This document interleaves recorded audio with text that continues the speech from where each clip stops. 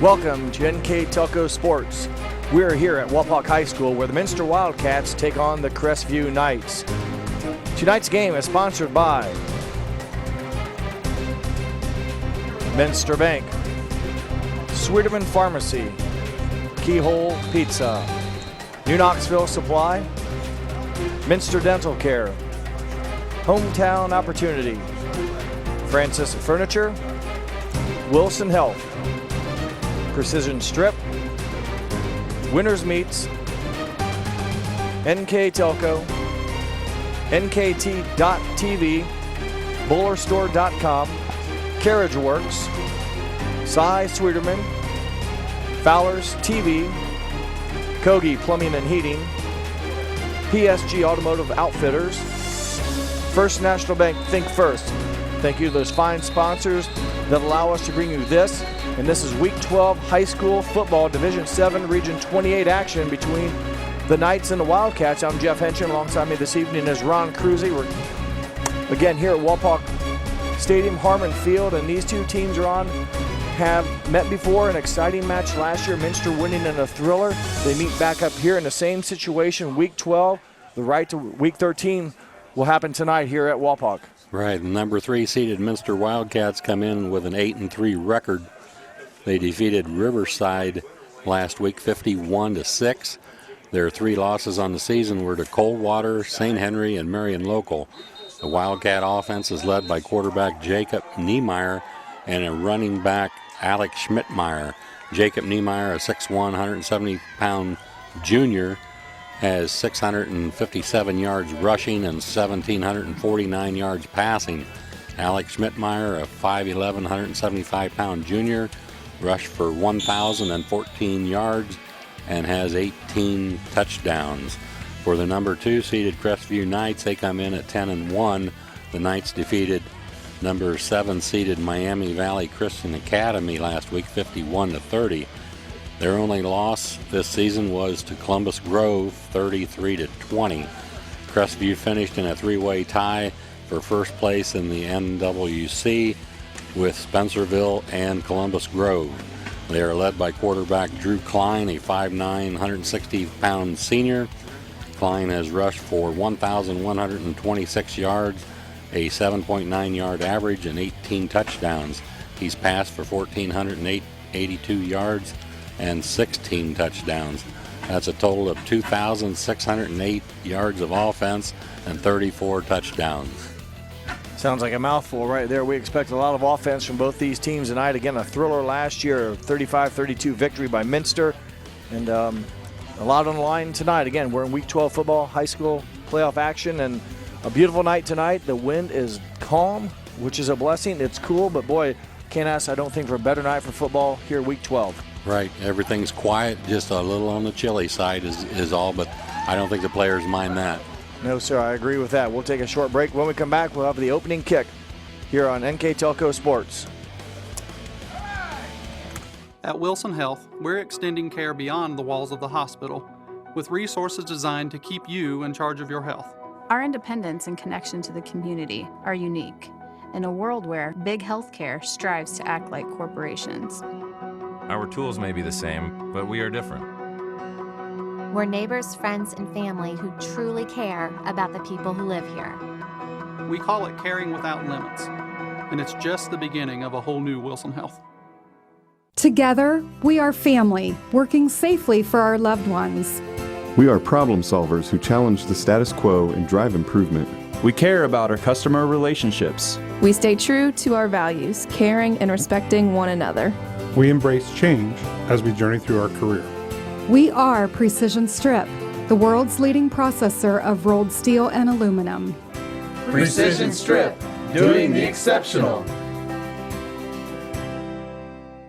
Our 1,500 square foot showroom and pro shop at BowlerStore.com is stocked with bowling balls, bags, shoes, accessories, and apparel. The pro shop is equipped with 2 drill presses, measuring devices, and bowling ball maintenance machines to keep your ball rolling great. We offer private lessons for individuals and groups. Moxie's Extra Pair inside BowlerStore.com is also available to rent for private events. Be sure to check out BowlerStore.com or visit our pro shop in Versailles, Ohio for all your bowling product needs.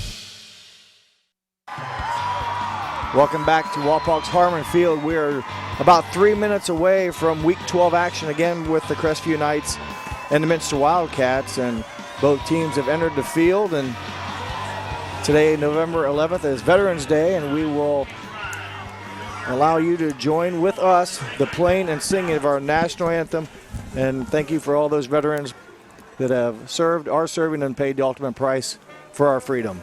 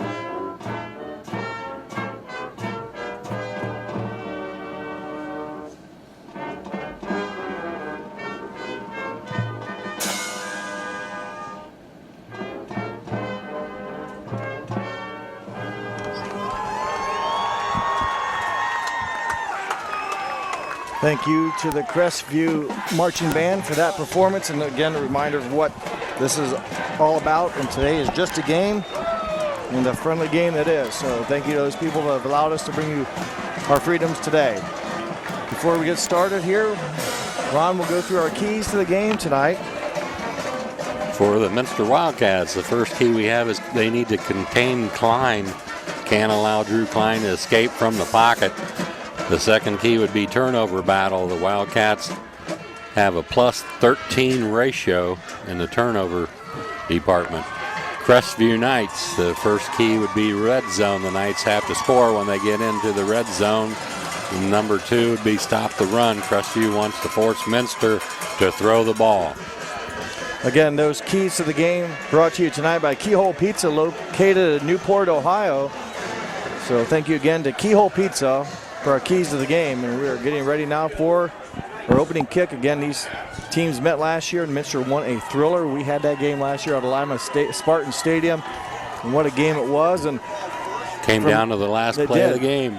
The last play of the game was an errant pass out of the back of the end zone, and Minster hung on. And you know, you wonder about special teams and such. You know, they had the ball, Crestview did, down near the goal line. Could have elected to try a tying field goal, but went for it for the win. Talked to some guys earlier. So before this game, they said the kicking game, field goal kicking game, maybe really isn't real solid yet. Probably wasn't real solid last year, and felt had a better chance on the ground with the offensive weaponry they have. It didn't work out for them. And talking to some other sources, the Crestview players have mentioned this game that they lost last year. They called it a 32-35 loss rather than a 35-32 loss. But no matter how they say it, this is bulletin board material for motivation for them. And the rumor has it, the word is they've circled this date, this score on their locker rooms, and they're pumped up, ready to try to avenge that loss last year in Week 12 to these Minster Wildcats. And we're underway. And a decent return to the 24-yard line by number 14, Caleb Pruitt. And the high-octane offense of the Crestview Knights will be on the field first. And Ron mentioned in our pregame, the number 10 is the head of the snake, and he has been dynamite. We mentioned last year's game, and I had to print it off just to remind myself and make sure it was right. He rushed for 336 rushing yards last year in that game. So he was a lot of their offense and did that on 36 carries, or 33 carries for 233 yards. And that time maintained. Yeah, they run that run-pass option, and he runs it very well. Minster had a very hard time containing him last year, and there's some familiar names on there from last year, too, besides Klein. I remember Derek Dealey and Wade Sheets had a really good game last year. And you remember Minster's pass rush last year really didn't go after Klein later in the game or throughout most of it. They kind of just contained him back there the best they could after he had run freely. And doing the same thing here. Look at the lineman for Minster. Basically just making sure he stays back there. And there's a quick penalty marker on the field, a couple of them. Yeah, I think it's going to be ineligible man downfield as the initial signal. So it's very interesting to see Minster start out the game the way they ended the game last year. Instead of rushing him, they just stay back at the line of scrimmage and wait for him. Yeah, they put Modest, it's almost like kept him within maybe 15 feet of themselves, and he scrambled around last year. Remember, they snapped the ball, I think, from the 7. He was maybe back on the 30-yard line, running around trying to make plays. And, again, the errant pass to his receiver in the end zone, and that's how it ended. Now, this illegal man downfield is interesting, Ron. You know, you mentioned the RPO, run-pass option. I've heard some NFL guys or even college guys complain that the linemen are always down the field too far and they never gets called. Now here we see that because they threw it, and you know the linemen are only allowed to go down a certain amount until the ball is thrown, or if it is thrown, can't be past the line of scrimmage, and they get flagged for it. And a short gain there for number 3, Wade Sheets, and he is stopped by Mike Kentner. So an important third down here is, so far, Ron, on 2 plays, Minster has only yielded 1 yard. Right, we're 3rd and long for Crestview, so that almost forces Klein into passing, but with his speed and escapability, you just don't know. Anything is possible. This team puts up 44 points a game. I wouldn't be guarantee anything, and they're going to get just short. So it looks like Minster going to be content in having him throw the ball. They're better off having him throw it than run with it. So 4th down. And a nice job defensively by the Wildcats in the white uniforms, black numbers trimmed in orange as they get a 3 and out. And I don't have stats on that, but I'm sure Crestview didn't have a lot of them per game. You know, that's a stat I like to sometimes curious what good teams, how many three and outs did the New England Patriots have in a game? Probably not very many. I mean, that's why they're good. Alex Schmidtmeyer back for Minster. That was nearly blocked, or it was blocked. The indication was it was touched. And number 25 for the Wildcats, I think it was Heitbrink. It is Jack Heitbrink, got in there, the 6'3" senior. And Crestview is very fortunate there. That didn't go the other way. So defense did a nice job. Now, can the offense come out and maybe not quite as potent as Crestview's offense, averaging 31 points a game. Jared Hilsman, last year's MAC Player of the Year, had a big night in that game last year. He's been gone, so they've had to reload at that skilled position, the quarterback position, and Jacob Niemeyer Jr. has done nicely this year. And Alex Schmidtmeyer for 8. Yeah, new quarterback, new running back, and they just switched out the most important people on the offense is the quarterback and the running back.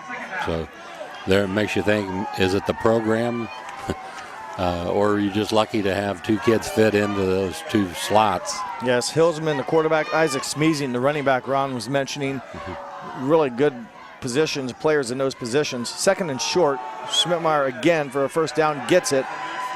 He lunges forward, a penalty marker comes in. Late flag. Face mask. So add some more yards on to this run, and it'll be into Crestview territory for the Wildcats. So Crestview didn't start off so well offensively. Now they did have a penalty that kind of stalled that drive. Now Minster's played clean, and a first down, a penalty, and some more positive yards to the 45-yard line of the Crestview Knights. Garen Stokes in his 6th season at Minster. Obviously, he's done a nice job. That pass knocked down by 53 of the Crestview Knights. We're trying to get the ball out there to number 19, Trent Retkerman, 6'2", 180-pound wide receiver. junior. Pass deflected by number 53, Cole Small, a 5'8", 205-pound senior. And 2nd and 10. So we got 2 wide to the left, 1 wide right. All alone in the backfield is Niemeyer. He will run it. Touch, but breaks through a couple tackles, and Niemeyer ahead for about 7. Mentioned Schmidtmeyer in the season. He is a leading rusher for the Wildcats, had 174 yards. Niemeyer second on the team in rushing attempts with 93. Niemeyer had 724 yards coming in and has scored 6 rushing touchdowns. So you have Schmidtmeyer, let's say the number 1 attacker, then Niemeyer, and also we'll look to see Brock Miller. And good foot speed there, and a nice play by Schmidtmeyer, Alex Schmidtmeyer. Good job by the right side of the offensive line there for the Wildcats, opening up the hole for Schmidtmeyer. And thanks, Sarah Ferrano. I'm going to go through that offensive line you just mentioned. We have Clayton Purvis at number 74, Dustin Frericks, 67, Alex Frimmel, 56, Sam Smeezing, 62, and Dylan Sharp, 70. Those are the big 5 up front that have provided some good protection and also some nice running holes for the running backs. And it's been Schmidtmeyer all but 1 play. Crestview's having trouble stopping the run. Quickly, Minster back to the line of scrimmage as Crestview hustles a few players off. Crestview has a lot of guys that go both directions, offense, defense. And they're able to get them off and get some new ones on. Now Minster in ready formation as the play clock down to 10. Schmidtmeyer again untouched into the backfield, into the Crestview backfield. Strong run for Schmidtmeyer. Yeah, they're picking up 5-6 yards a clip. They start off on first down, second down is 2nd and 5, and go for the first down. So good opening drive for the Wildcats. Clock running, under 7 minutes to go. This is their first possession. They have it 1st and goal or 1st and 10 from the 14. And it's again Schmidtmeyer running off that right side, right tackle there. It's about 9 yards, 9.5. And Wildcats will stay right on the line of scrimmage. I like the pace. Of course, when things go well, the pace is always good. And I would, it's like hurry up and go, and they do just that. Into the end zone goes Schmidtmeyer, a 5 or a 1 yard touchdown run, maybe a 5-yard touchdown run. But once again, they run right behind number 70, Dylan Sharp, 6'3", 225-pound junior. And they must have ran 4 or 5 plays right behind him. Yeah, it is a 5-yard touchdown. Number 22. Number 67 also come across, pulled. Dustin Frericks? Yeah, 6'1", 205 junior. Brian Falk for the PAT. High snap. Boy, a lot of foot. It's straight. And the Wildcats open up their first drive with an impressive touchdown. They take a 7-0 lead. We'll be back with more football here at NKTelco Sports. Carriage Works has expanded and now can hold up to 25 cars in our service bay. Carriage Works thrives on customer satisfaction. We accomplish that by providing top-of-the-line technology. Carriage Works now uses a laser beam system to measure down to the millimeter of factory specs to better service you and get you back on the road. Carriage Works has a brand new top-of-the-line paint booth that uses waterborne paint. There's no job too big or too small for Carriage Works. We are certified collision specialists. Come in and see us today. For the 19th time this season, Alex Smeezing has carried the ball across the goal line, and an impressive drive offensively for the Wildcats. We're aided by a penalty, but I don't think a penalty, it helped the Wildcats, but they could have gone another 100 yards at that pace performance. You mentioned the blocking for those linemen. You saw the pulling guard and just the guys up front. Pretty impressive, just almost manhandling. Yeah, they pretty much ran the same play all the way down the field, other than the one incomplete pass that was knocked down. So Falk, number 18, will kick off. So if it isn't broke, don't fix it.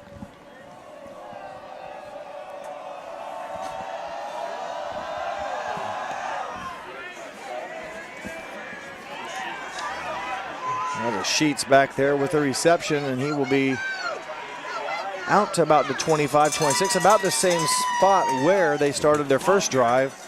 So now the Crestview Knights, again, stopped on 3 and out in their first possession, had a penalty that did not help them. So a little bit of pressure now. I think, they obviously are not used to losing. They're 10-1. They've put up a bunch of points. And like I said before, I wonder what stat they would be, how many 3 and outs they've had this year. I would say it's minimal. And I don't mean this the wrong way, but in like the games where like the first half, when because if they're blowing teams out, things happen in the second half with getting guys in, and that's fine. But when crunch time comes with the first unit on the field, so we'll see once if Minster can do it, and Crestview's got to get it. Hate to go down again, want to at least get some first downs. A nice, boy, he's 6 inches away from still running as he just stepped out of bounds as Griffin Painter with the reception. He had a big game last year against Minster. A 6 foot, 150-pound senior. He tight-roped the sideline. Maybe he was pushed out a little bit, but if he stays inbounds, he's having a good run. And that time they counteracted the standstill pass rush with a quick out. Handoff. No, yes, it is handed off to number 33. Might not be. They will give him the first down. Brody Breck didn't need a lot, but got a little. So there's a positive mark for the Crestview Knights offense. They first down. They get a new set of downs and can maybe take a breath now and get back to what they do best, and that's move the ball down the field. There's the jet sweep. Wade Sheets gains about 3. So now they're mixing it up a little bit. They're not running that RPO. They haven't run it at all this possession. Wade Sheets on the season. You mentioned mixing it up. Not a lot of rushing attempts, just 19 on the season for 142 yards for Wade Sheets. Oh, I'm sorry, that was, my stats here read 4 carries for 18 yards. Not a lot of rushing attempts for Sheets this season. Minster did a nice job not getting kind of all focused, if you will, on number 10, Drew Klein. Open receiver is number 3, and Sheets will be tripped up and dive forward close to a first down. So it's consecutive first downs for the Knights, and Sheets a much better receiver on the season. 36 receptions coming in as we have a 3rd and short. But Sheets, one of their primary targets, the 36 catches, leads the team to 656 yards. And he's also received 7 touchdowns through the air from Klein. 3rd and short. He got enough, Klein did, for the first down. Move the chains again. So the Knights putting together a nice little drive here. Yet across midfield, but just short. And one thing Crestview has done is, like I said, they're going to the short passes. They probably feel Klein is more able to complete the shorter passes than he is the longer passes, because Minster's dropping back, not rushing anybody. Well, that's the case with a lot of things. You're more accurate when you're playing pitch and catch versus, pitch and hurl. The long, those are the wild plays, and they come up, they can get chunk yards. But you've got to be on stride and on target with those longer ones. So Klein then shotgun with Breck beside him, and that's they'll be Sheets on Klein. You see the speed by the youngster. So there you saw the first time Klein's been able to get to the outside. That time he kept it. He read the defense, pulled the ball out of the stomach of Breck, and took off for the sideline. And again, I want to make sure I corrected myself. Last year's game against Minster, he had 233 yards. I had said originally 333, but he rushed the ball for 33 times last year for 233 yards. And it was, a defensive coordinator's nightmare trying to contain number 10. There's a high snap. Klein comes down with it and luckily hangs on to the football. The ball was loose in the air for just a short period of time. You'll see it on the replay. Yeah, good camera work. Just, the cool conditions and your hands, it's dry, and boy, it was still a beautiful night. It's just So different. We were here last night for the Marion local Lima Central Catholic game, and not much fun if you're down on the field with the conditions, the wind, the rain that we had, the drizzle, and the snow flurries we had. Tonight it's very dark out, but calm. Klein looking downfield, has a receiver, didn't see him. All day back there. And open in the midfield inside the zone. There's number 24. Minster might have to make an adjustment on that no rush thing and at least rush one or two people. Derek Dealey on the receiving end. They gave him all day back there, and he's going to find somebody. You can't cover people that long. And I'm guessing, Ron, help me out here, Minster was pure some sort of zone defense. And I thought they had another receiver, Crestview, running down the left side. Klein didn't see him. The fans saw him. They're all pointing. And but Dealey open down the field, and they're striking distance in the red zone. Sheets with the catch. Inside the 5. So it'll be first and goal. I'm sorry, second and short, second and goal, or I guess they can probably get a first down inside the 1. So a good answer here for the Crestview Knights, who stumbled on the first drive, have answered back about as well as what Minster did on their first drive. Right. And, with all these plays of rushing yards and passes being caught, we're down to the 2 minutes to go in the first quarter. This has been almost like a running clock. Yeah, a lot of a couple penalties, but other than that, the clock's been running. Klein. He got the first down, though, so they're going to have 4 downs. To get 6. Yes.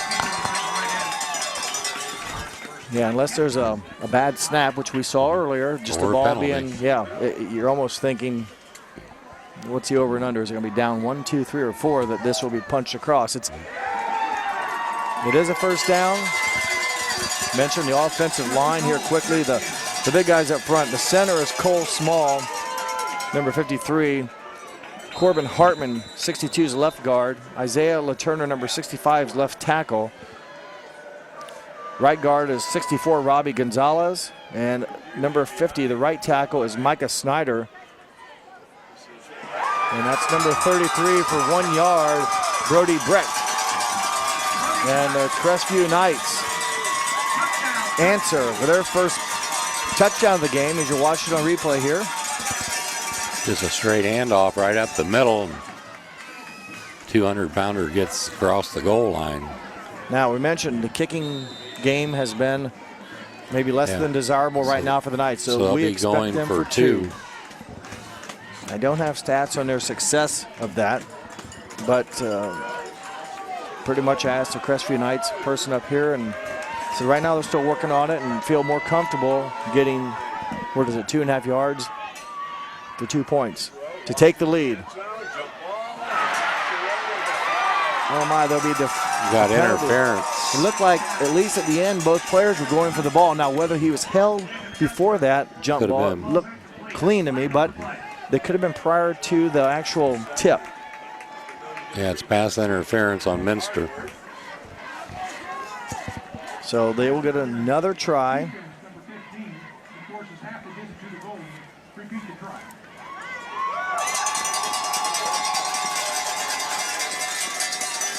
So they'll repeat the try.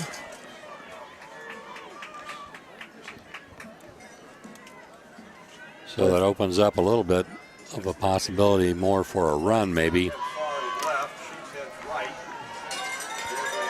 So half the distance from the original spot. They'll start over.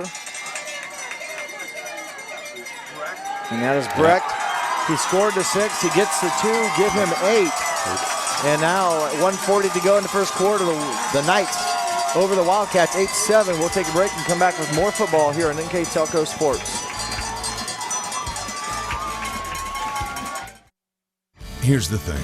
If you're the kind of guy who eats, sleeps, and breathes farming, who gets up at dawn, determined to get the best crop and the best yield, why surrender to the mercy of the water table? Cy Schwiederman Incorporated can lower your water table to an average of 2 to 3 feet below the surface, allowing you to grow stronger, healthier plants that root deeper, that are more resilient to the elements, that enable longer growing seasons, and can produce higher results in the fields and in your pocket. Trust CSI, your drainage experts since 1946. For the 16th time this season, Brody Breck, number 33 for the Crestview Knights, gets the ball across the goal line, and he also got it across for the two-point conversion. So the Knights of Crestview over the 8-7 over the Wildcats of Minster here. An entertaining first quarter of action, and it might be, Ron, who has the ball last. Again, with that said, a lot of ball game left to go, but it's almost like a mistake could be costly. Yeah, the only thing that slowed Crestview down on that first possession was the penalty. And that last one, they didn't have any penalties and moved the ball right down the field. Alex Schmidtmeyer, the recipient of that squib kick, and he advanced it to the 40. I would expect Minster to make an adjustment on the defense the next time that Crestview has the ball, and we'll see if that happens. And for right now, the Minster offense back on the field. 5-yard rushing touchdown for Schmidtmeyer. Got them going on an impressive drive. He really had most of the yards. Niemeyer, Jacob had a few rushing yards. And other than that, it was all number 22, Alex Schmidtmeyer. Both Jacob Niemeyer and Alex Schmidtmeyer, both juniors. So talk about losing Smeezing and also Hilsman last year. There's a loose ball recovered by the Wildcats. Talk about mistakes. That would have been huge.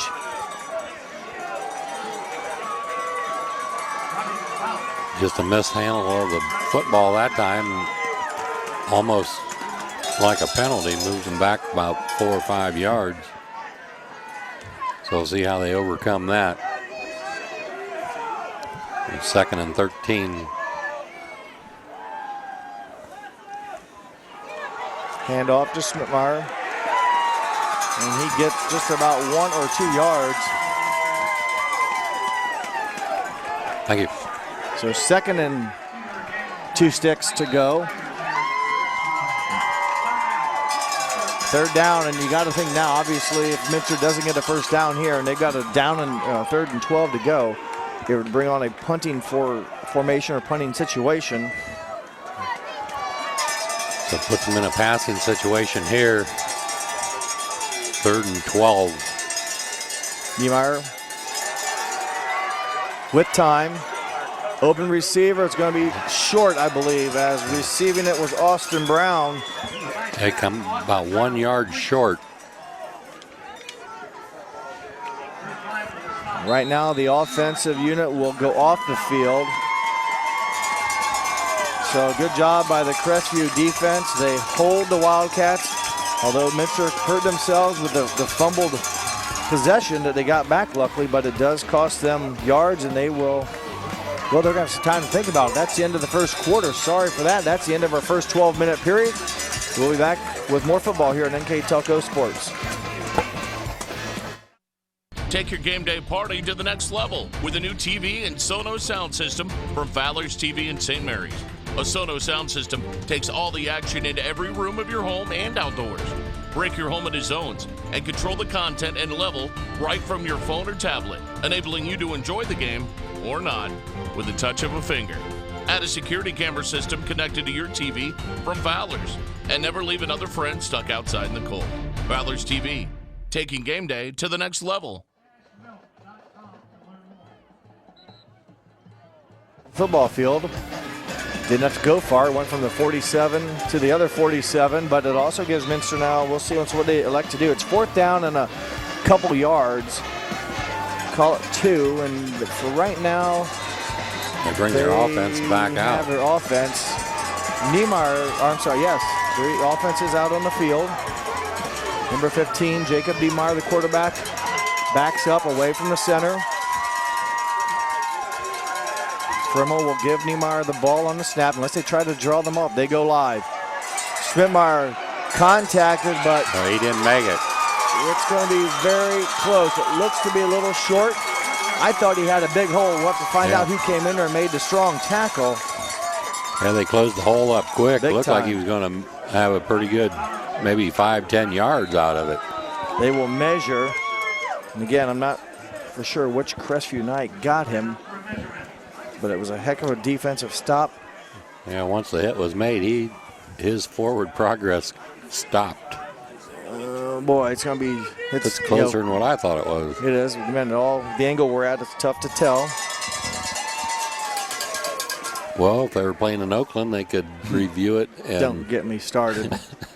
And move the ball back 4 inches. Yeah, you gotta make the play, so you take the reviews and the officials out of any type of situation. And for the Browns that day, it didn't happen to be that way. Likewise here, Minster comes up just inches short. They will give the ball to the Crestview Knights, who right now are pretty jacked up right now. They take over inside Minster territory at the 49. They moved the ball very well their last possession. That play, Minster went back to the play that worked so well on their drive. First drive, yes. And Crestview made a nice play there. We still don't know who that guy was, but what a tackle. So the defense of Minster now, some pressure on them. How can they slow down, control the Crestview United offense? Klein looking for hole, comes up, maybe lost a half a yard. Good job there by the Minster defender, Phil Traska, number 16. Yeah. Or Cody Frericks also in on the play as well, but I thought Traska was in there. Yeah, I saw Frericks get up. He was definitely in on it. 6'6", 215 senior, Cody Frericks.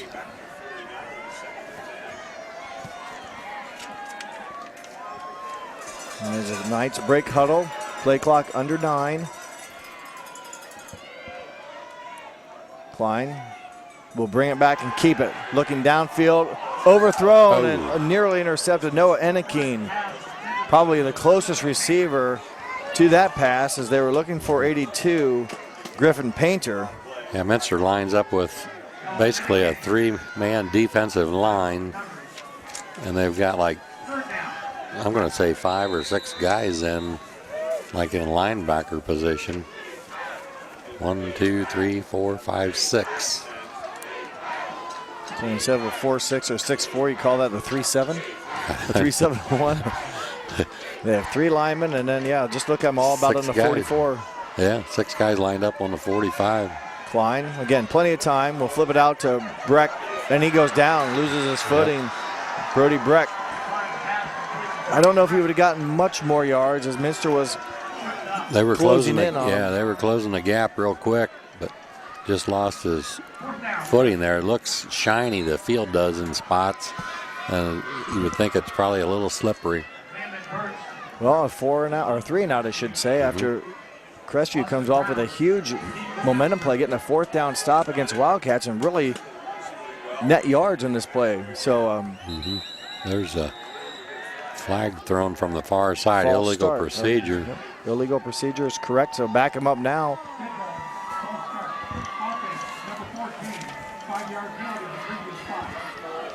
Doing a punting duty for Crestview, number 11, Landon Birch. He's a 6'2 senior. And back for the Wildcats, looks like number 14. Before they had Schmidtmeyer back there, but it doesn't look like him now. Standing sideways, I can't see his number. Looks like 14. And it takes a Crestview hop. It's going to be inside the 5. Give it the 4, and maybe the 3.5. So what a special teams performance there. Good punt by Birch. The Wildcats now will have 1st down, but in deep in their own territory, so have to be careful to make sure ball security is key. They're going to be 96 yards away. 10 minutes to go here until halftime, and so far a pretty exciting ball game, and both these teams offensively minded, if you will. And well, the last possession, Minster was stymied quite a bit by that mishandling of the football, put them back in a 2nd and 15 spot. Yeah, each team, when you come up with a negative play, it just seems like it takes you out of your system, and that's basically what has stopped both these teams so far. Boy, right at the goal line, I don't see a safety signal yet. No, they said he's got out of the end zone. That was close. But a loss of yards of about 3, so wow. You know, they couldn't get any pressure on Schmidtmeyer the first few possessions Minster had. Now, in the most important time, they dive in there and knock Swimmer down nearly for a safety. I'm wondering if just running a quarterback sneak to get the ball out of there.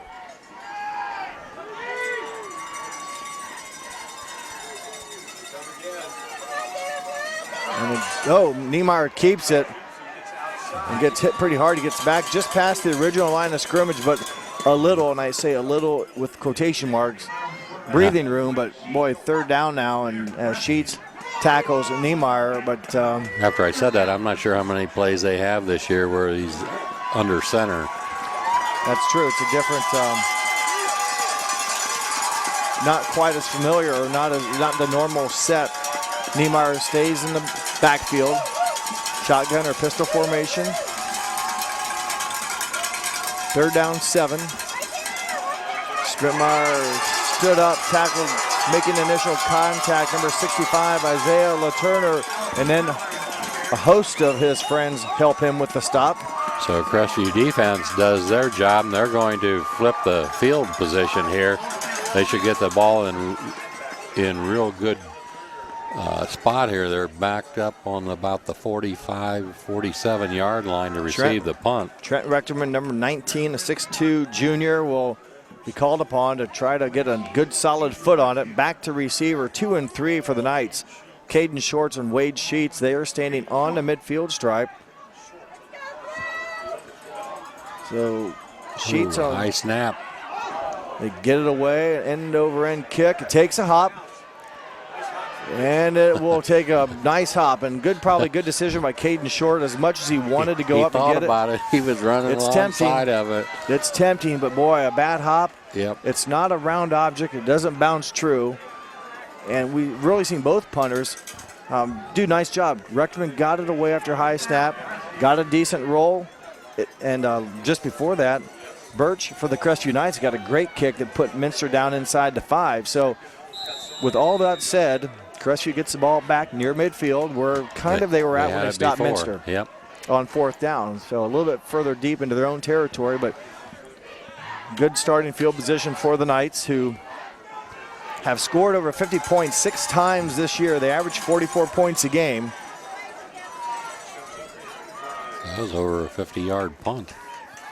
Klein, again, with plenty of time. Lots of time. Open receiver is Wade Sheets. Positive first down yards. And it almost reminds me of the Pro Bowl there at the line of scrimmage. Yeah. Nobody's really doing anything. They're just dancing around. I thought it was how we used to play football when I was growing up. You count to 5 Mississippis before you're allowed to rush. They're not putting any pressure at all on Klein. That all goes back to last year at the end of the game. But I think at that time, that was a surprise tactic. Tonight, it's not a surprise. So big chunk yards on first down for the Knights. They're inside Minster territory. Klein keeps it. And loose. They down. Okay, so about a gain of 6 or 7 for Klein. And Minster, Augie Bainline, he probably saved a big play there by getting his hand on Klein's foot. And Bainline, Augie Bainline, last week, I believe became, from what I'm being told, the all-time leading tackler at Minster. He's had a nice 4-season career. Hoping to make more of it. Wade Sheets with the catch. And Once Sheets again, a quick out. And Sheets is a big target, as far as high school players go. He's 6'2", just under 200 pounds. So when he catches it, he has some size on the defensive backs, and looked like he's made a pretty strong move there. And luckily for Minster, they were able to tackle him. But the Knights keep moving the ball here in this drive.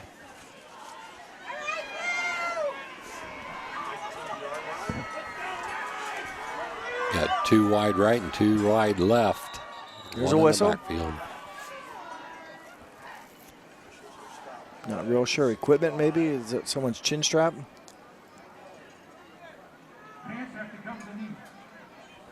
Number 11 is coming off the field, Landon Birch. It might be like a equipment thing where I don't know. He is off the field and is right in front of us right now, walking down. Toward nobody. Not for sure if they see maybe blood on his uniform. They're looking around.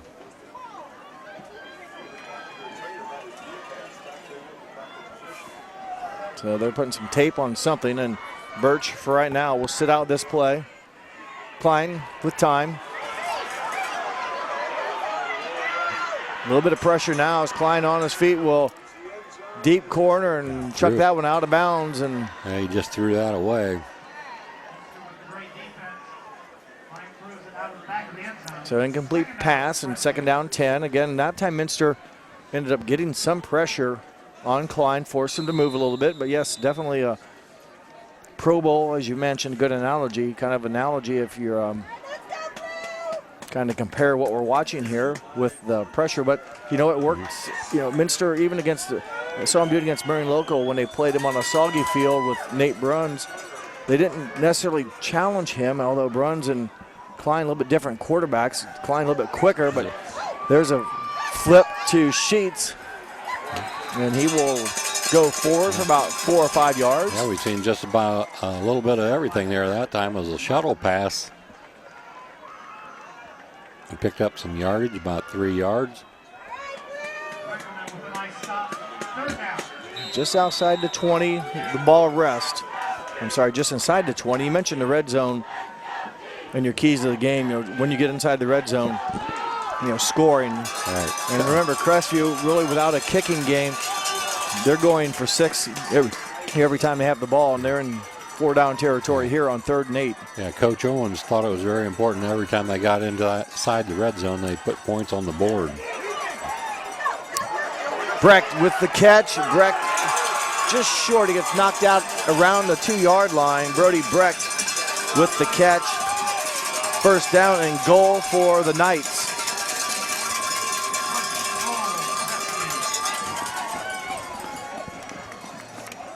They're mixing their offensive plays up very well, keeping Minster off balance.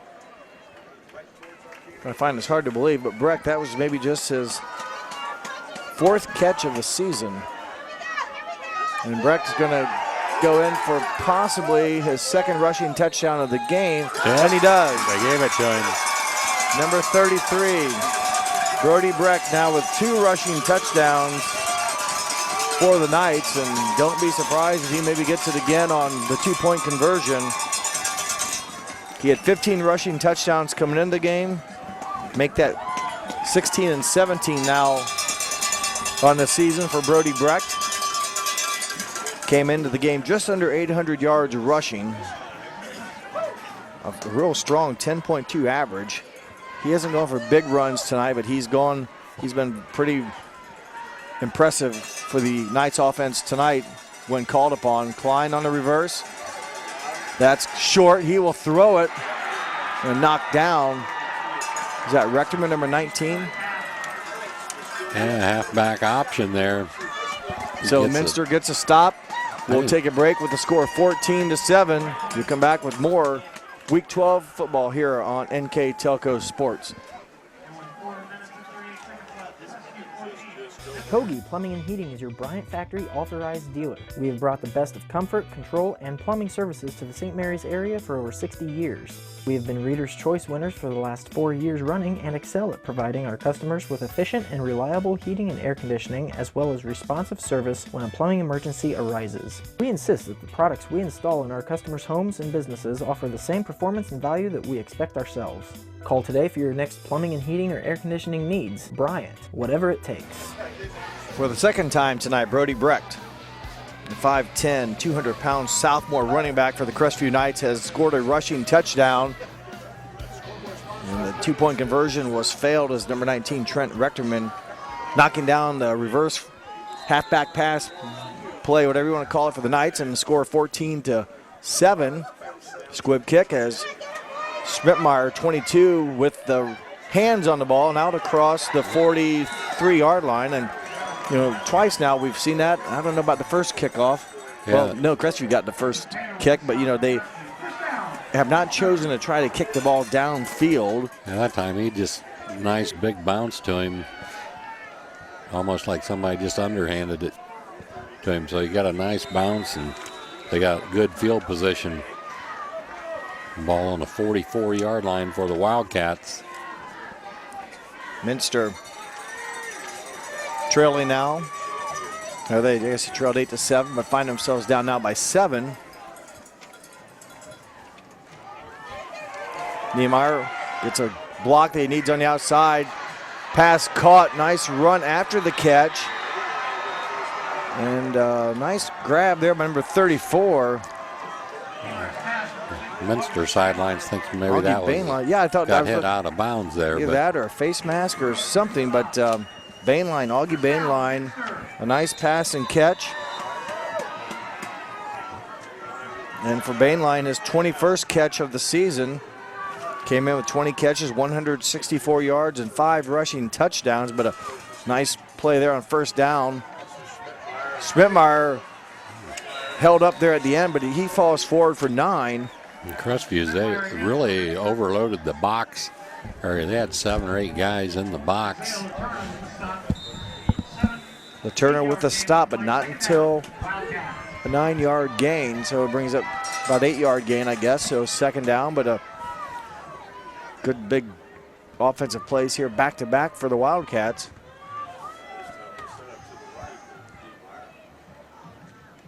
Schmidtmeyer again, left side untouched until he's in the Crestview backfield. First down yards right at or just give him inside the 20, so the Wildcats quickly in the red zone with 3:47 on the clock. And they load the box up on the right side against Minster's offensive line because that's what they were doing in the first quarter. Now Minster's running the ball to the left. Not as many people over there.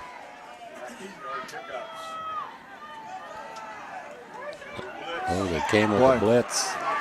Brecht was in the backfield, really disrupted the flow. He didn't get the tackle, but give him a asterisk beside that play as he ended really to make the first contact. It's almost like they're daring Minster to pass the ball. Second down now, Minster out of system. They're second down and 2 lines to go. And that seemingly is kind of what has cost these teams the possessions. When they lose a yard or make a negative play, it seems like they don't recover for a first down. Minster will have 3 downs to make it up here inside the 20. Schmidtmeyer around left side. Decent yards. Now they're running off the left tackle. Getting some of that contact there, but not until good yards were made by Schmidtmeyer's number 82. Griffin Painter held on to Schmidtmeyer and tripped him up a little bit. Third down and 3 from the 13.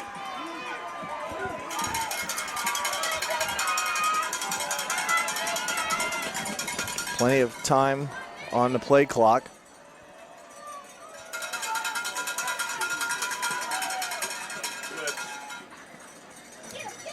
Again in the backfield are the Knights. And coming up with a tackle, 76. Schmidtmeyer avoided the blitzer coming up, but then the second guy got him. Devin Roberts, number 76, was the second guy. You're right. They again had great penetration.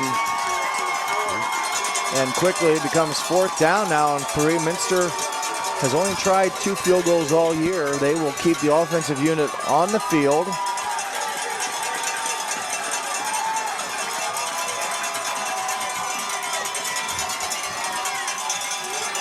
Niemeyer will keep it. Bainline was open. Niemeyer will keep it on the ground and tiptoe just past the first down marker. Good run by Niemeyer. He maybe had Bainline open, but at this point of the game with fourth down, you want to make sure you get the first down because if the pass is just off the mark, incomplete, you do not get the first down. Now you get a new set. He rolled to the left, got away from the blitzing linebacker, and that was the big part of the play. A minute 27. Blitzer couldn't get to him. Minute 27. Minster again looking to try to tie the score here on this possession. They will get the ball to start the third quarter. Schmidtmeyer, another strong run. Run where they're not. Boy, it seemed like that one play works. They just stick right to it. They're doing a good job. They're on the left side of the line right now. I see number 62 hustling off the field for Crestview, Corbin Hartman. Why in the NFL can't guys get off the field? That, they go that hurry up and trying to get. They can't get their guys lined up ready enough to say, hey, you're going to go in for Joe no matter what. Next, go. Yeah. That just drives me nuts. Anyhow, Crestview takes a timeout with 59 seconds remaining in the first half. We'll take one with them here on NKTelco Sports.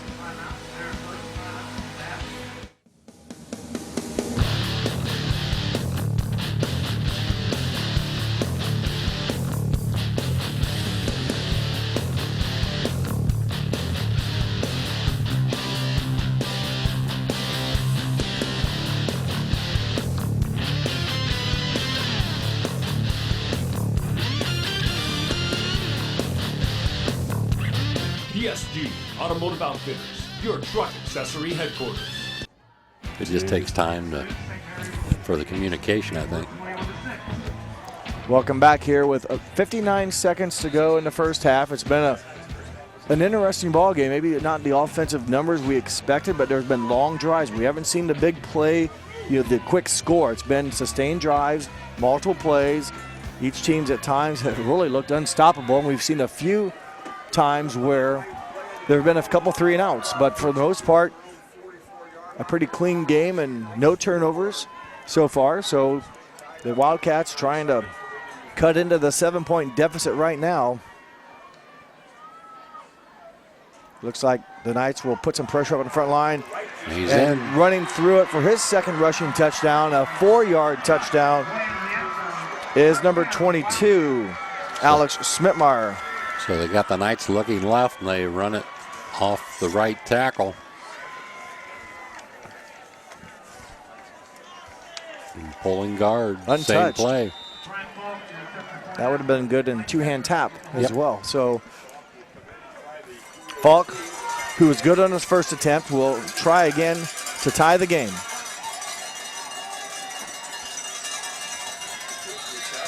He's got it. The kick is good, and with 55 seconds remaining, we have a tie game at 14 apiece. We'll take a quick break and come back with the final 55 here on NKTelco Sports. Hi, I'm Mallory. My grandpa's been making the world's worst pizza for 30 years. That doesn't look like the world's worst pizza. Grandpa, I know why they call you Chunky Bob. It's because you use chunky ingredients on your pizza. Of course, it's not because I'm fat. Grandpa, this is the world's best pizza. Keyhole Pizza, come check Grandpa out. Dine in or carry out. Welcome back as Schmidtmeyer scores his 20th rushing touchdown on the season. Falk makes his 36th point after touchdown. And while we have a few seconds, I'll let Ron go through our sponsors for tonight's game. Wilson Health, Caring Without Limits. Precision Strip, NKT.TV, Bowlerstone.com. Find the pocket without emptying yours. Carriage Works, specializing in collision repair, St. Henry, Ohio. Cy Sweeterman, Fowler's TV, we service what we sell.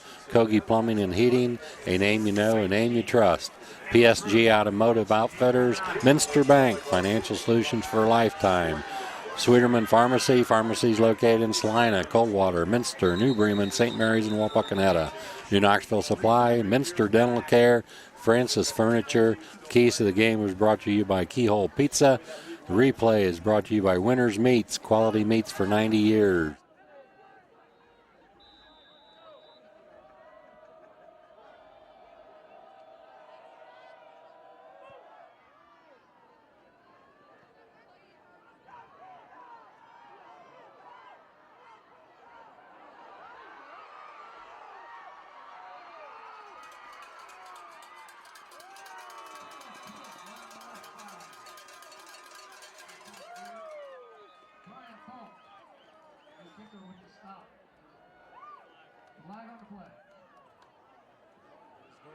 Apparently an illegal block in the back. Yep.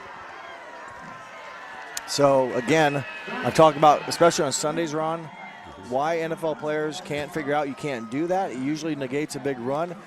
And, they're getting paid to do that. They should know. Here, it's high school football. Not a big deal. I don't care who did it, but Boy, what a big play that is. That negates a strong yard, and maybe it helped key him. We don't know for the big return, but that's a huge penalty. Wipes out great field position. Yeah, I did not see it, but it may have led to the big gain return, there, yeah. but you just don't know.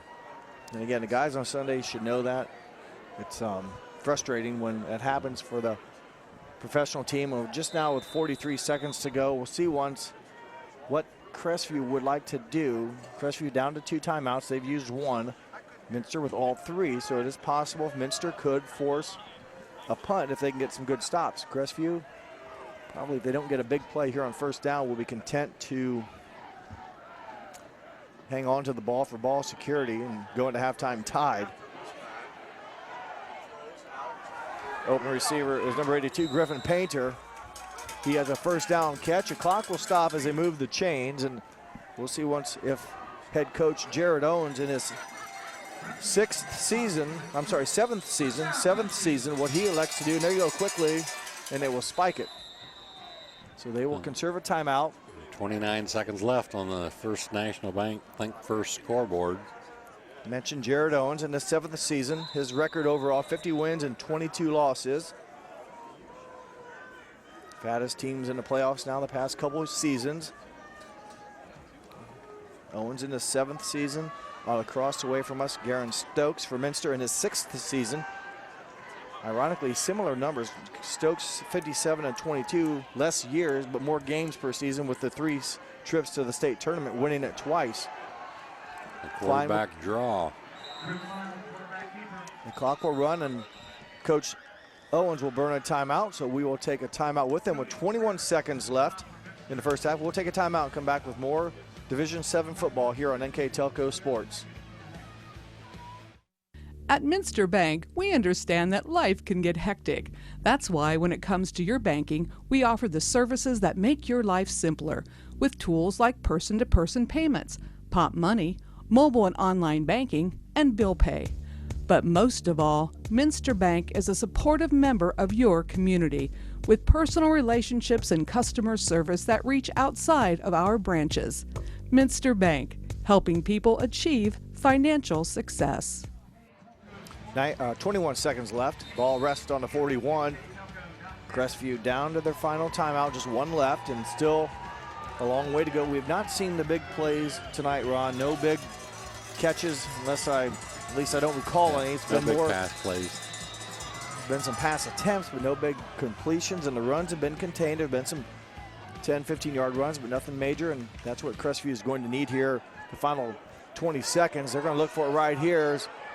Coming up nearly with the catch as Kettner was battling with Sheets, and there was contact, but it looked like Kettner was making a play on the ball as well. Yeah.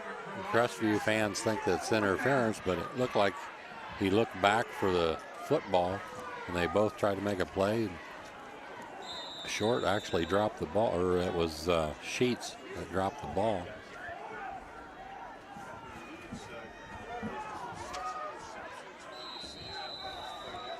That took about only 15 seconds. I guess there's 29. The Minster will take a timeout. Well, it is 4th down, so we'll keep it right here. And let me regain my thoughts here and try to pay attention to the down and distance. 4th and 3, so Minster is going to get the ball back with just 15 seconds. So, Ron, do you set up sometimes you have safe punt returns or punt block setups? I mean, there's different formations. You send all 10 guys and leave 1 guy back. Try to get a block. They had one earlier that got in there, and Heitbrink, I think, drew contact on the kick. Yeah, they could go for the block. Would probably be the most logical thing to do, because even if they run into the kicker, it's not going to put them in field goal position. They're not going to kick a field goal anyway. They don't even kick extra points. So. And there wouldn't be much time left for them. No. Probably less than 15. Yeah, it's at 15 now, so maybe 10 seconds. And if they set up a punt return, then they need a big return to get in that kind of scoring position. And they're going to have time for 1 play then. Well, we'll see what's here. So they're going for it.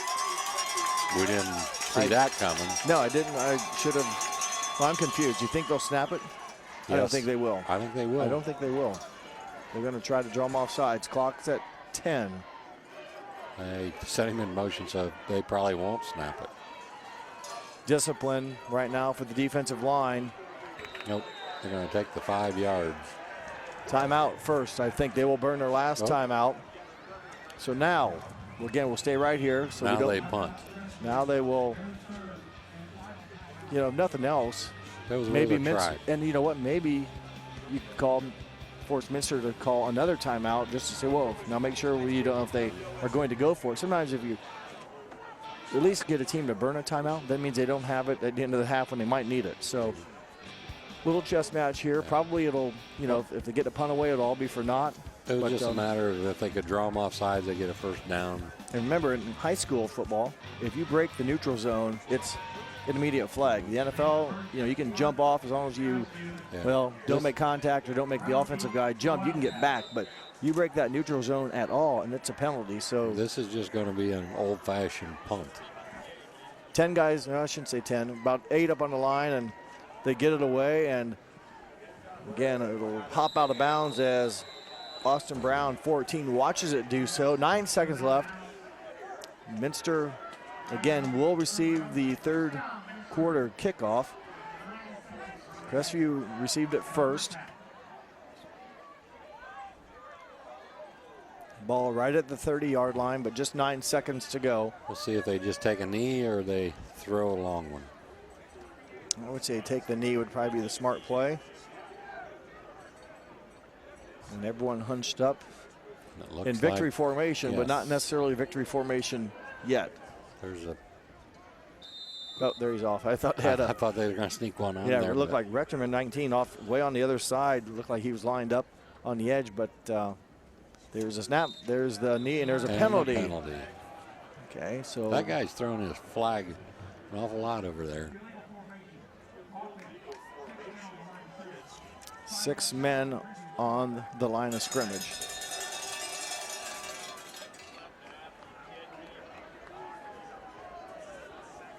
So we'll re-snap, and I would think they'd have to reset the. I would say they should probably whistle up and say 9 seconds back on the.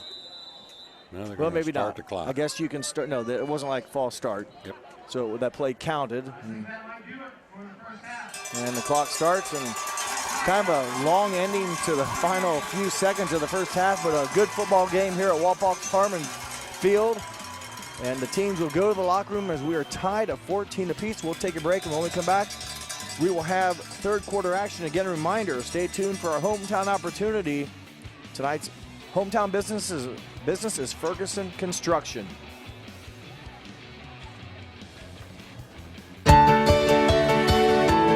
At CAPT, we use hometown opportunity to make sure that when we have a position open within the facility, it gets put on the website. We've really been excited to see how that has grown so much over the last several years. If anyone is looking for a job, it's the best place to go. We really want to do whatever we can to get folks that are from this community back to this area. I would recommend any manufacturing company that they take a look at it. It's a very good benefit for companies at no cost.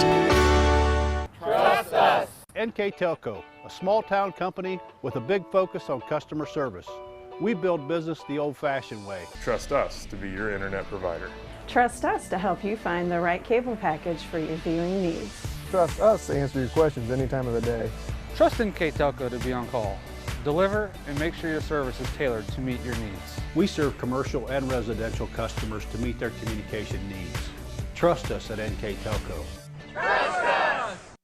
Schwiedemann Pharmacies began serving the people of Auglaize County in 1916 when Urban Schwiedemann purchased the building and business from J.H. Hoffman. The New Bremen location is one of the longest-running pharmacies in the country, with over 110 years of serving its patrons. Since then, 4 more stores have been added: Coldwater, St. Mary's, Minster, and Wapakoneta to round out the group.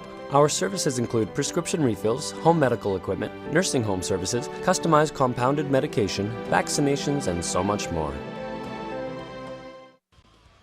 Welcome back to Wapakoneta. We're at halftime here at an even scored game, 14 apiece with our halftime stats. Here is Ron Cruzy. For the Minster Wildcats, they had 95 yards rushing, 31 yards passing for a total of 126. They had no turnovers and time of possession, 10 minutes and 51 seconds. For the Crestview Knights, they had 48 yards rushing, 115 yards passing for a total of 163. No turnovers, and time of possession, 13:09. For the Wildcats, Schmidtmeyer led them in rushing, 79 yards. Niemeyer had 16 yards rushing. And for the Crestview Knights, it was Drew Klein, 10 of 14 for a total of 115 yards. And a big thank you to Bruce Monin for those stats, providing them to us. Yes, thank you. It makes our job a lot easier, and we thank Bruce for doing that. He follows the Minster program and provides stats and anything you want to know about Minster football. Go online, look it up, you'll see it. With that said, halftime festivities are over with, and we're getting ready to start the second half. Garen Stokes in his 6th season at Minster, 57 wins, 22 losses. Already in those 6 seasons has won 2 state titles, finished runner-up 1 year. The year they didn't get to the playoffs, they lost to Fort Recovery, who ended up winning state that year. So he's been very competitive in his 6 years at Minster. On the other side, Jared Owens in his 7th season at Crestview. He has a record of 50-22. Has had his teams now in back-to-back consecutive postseason appearances, playing Week 11 football, and this is Week 12. These teams met last year, a nail-biter at Lima Spartan Stadium, won by the Wildcats 35-32.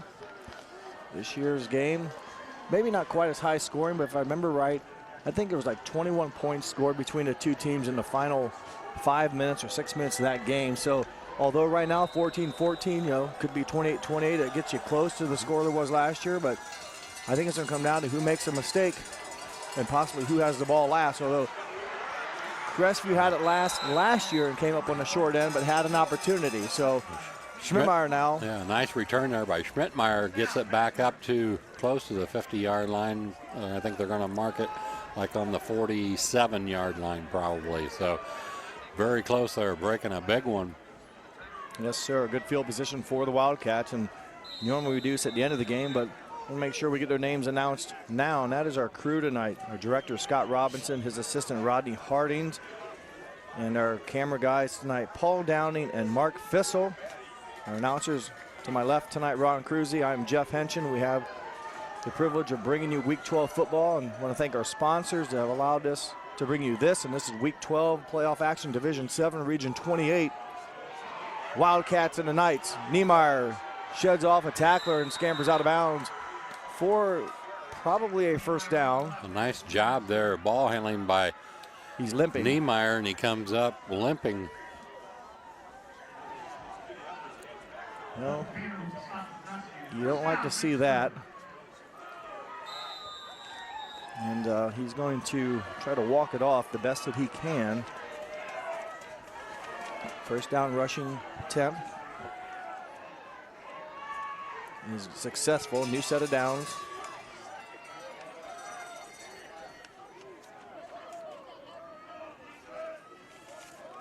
So Niemeyer will keep it again with the bad foot, looking for a lot. Open receiver down the middle. Just under, or just overthrown. Trent Rechterman, 19. He had him open. He did. That was a pass, though, that Rechterman was going to be the only one that had a chance to catch it. So he avoids interception, and Rechterman gained on it, but just could not make the final step, if you will, to get the catch. That would have been our big first wham play, if you will. The yards. I mean, he actually threw him open. He threw it to the inside, where he was the only one that could get it, but just overthrew him by about 3 to 5 yards. 2nd and 10. Expect a handoff to Schmidtmeyer. He is tackled by 33, Brecht. And Brecht has had a night tonight. He's scored 2 rushing touchdowns already on offense, and a number of these Knights players go both directions. And right there, the linebacker, I know we mentioned his name before, with a big defensive stop, and 3rd down 11. So after the big run by Niemeyer, the offense is slowed down. Well, they went for the home run, whiffed, if you will, but then a big defensive play. Now 3rd and 11. Niemeyer with time. On the slant, open receiver, Rectorman. That time. Oh, he dropped it. Had it. Evidently not long enough. It would have been a first down. Well thrown ball, where he was going to catch it. Would have been a tough catch. And now it's fourth down, and Rectorman will go from the 25, and he has to jog all the way back now to the 40 as he's the punter. And tough break for the Wildcats offense. They will give it up here on the punt.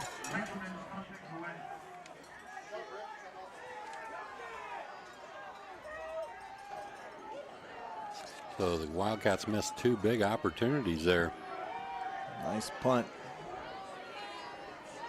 Sheets with the ball, and he has running room up the middle, around the outside. He could be gone. Rectorman's the only one that's going to have a chance to catch him. And Sheets will go the distance.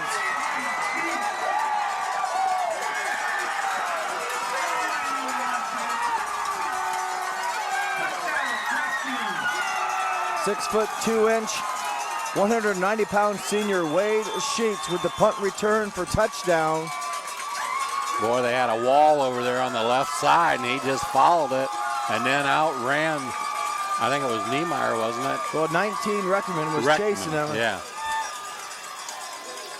He couldn't get to him, didn't have the angle on him. Schmidtmeyer, also 22, trying to make up ground, just ran out of field, and before Sheets could get it to the house. And there's our big bang play. Now last year, I know Crestview had an interception return for a touchdown. Now they have a punt return for a touchdown, the first big score of tonight's game. They'll go for 2.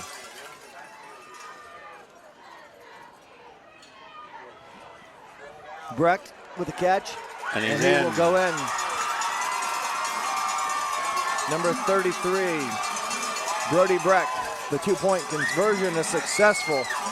The Knights on top, 22-14. We'll take a break after the replay.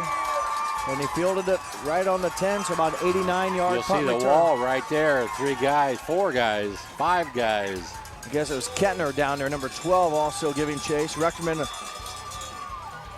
made an effort, unsuccessful, touchdown, Knights. New Knoxville Supply Company, the supply source for residential, commercial, and industrial jobs. We specialize in plumbing products from many name brands, electrical products from replacing a light switch to rewiring an entire house, heating, air conditioning, and geothermal products, sheet metal ductwork, installations, and service. We are now housing more inventory, so all the hardware items you need to complete the job are available right away. New Knoxville Supply. Stop in, call, or check us out online at newknoxvillesupply.com. Third quarter, 10:37 to go. Wade Sheets, 89 yards for the touchdown on the punt return. The big play offense on the special teams score for the Knights. And the Knights of Crestview, a lot of energy, momentum right now on their side as they will basically just kick it, roll it down the field, picked up by Schmidtmeyer, and he has room, 1 guy to beat. And slowing him up was number 53, Cole Small. Did not get him down, but slowed him down enough that the rest of the Knights team could get down Schmidtmeyer. So we've had some big return yards, and earlier, basically our biggest play, there's a penalty marker down. Illegal block, so scratch all that. That's back on the 39. So again, a field position changer right there on the penalty. And probably the penalty or the kickoffs have been, I won't say the most exciting, but have created the biggest plays on offense or in yards. That's a 40-yard difference right there to go from 130 to the other one almost. To the 27 inside, the 30 at the 27. So unfortunate there that the Wildcats don't get great starting field position. 42-yard difference. Minster opened up the third quarter with the ball. Got a good run from Niemeyer, but then unable to do much more and had to punt. Catch made on the right side, Austin Brown. So down in distance, a gain of about 4 or 5 yards there. Brown on the season, 15 catches, 320 yards. Has not had a touchdown receiving. Second down. mentioned on the run that Niemeyer had in the third quarter for about 15 yards, knocked out of bounds on the Crestview side, came up with a noticeable limp, able to play through it. It looks like he's moving all right now. Sure, maybe he's recovered as he slides, and he's going to be very close to a first down. I just happen to be looking if Niemeyer, for example, would be hurt. There's not another person listed in the stats as throwing a pass, so that's not good. Not sure. I'm sure they have someone, but obviously you're going to be going with someone that has not thrown much or at all this season. But right now, Jacob Niemeyer looking healthy. He gets a first down in the Wildcats offense, a new set of downs.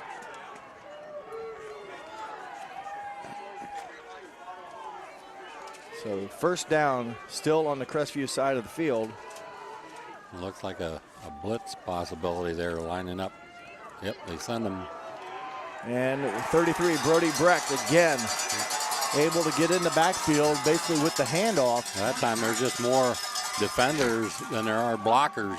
Isn't it more blue hats versus more white shirts? Or not blue hats, blue shirts than the white shirts in this case. And yeah, you saw it coming, and they were successful. You know, it's like either they get in there for a negative play or Minster gets 8 yards. Yeah. It's either -2 or +8, it seems like, on these rushing attempts. A lot of people in the box. Second down 11. Niemeyer, not a big hole, but gets some yards.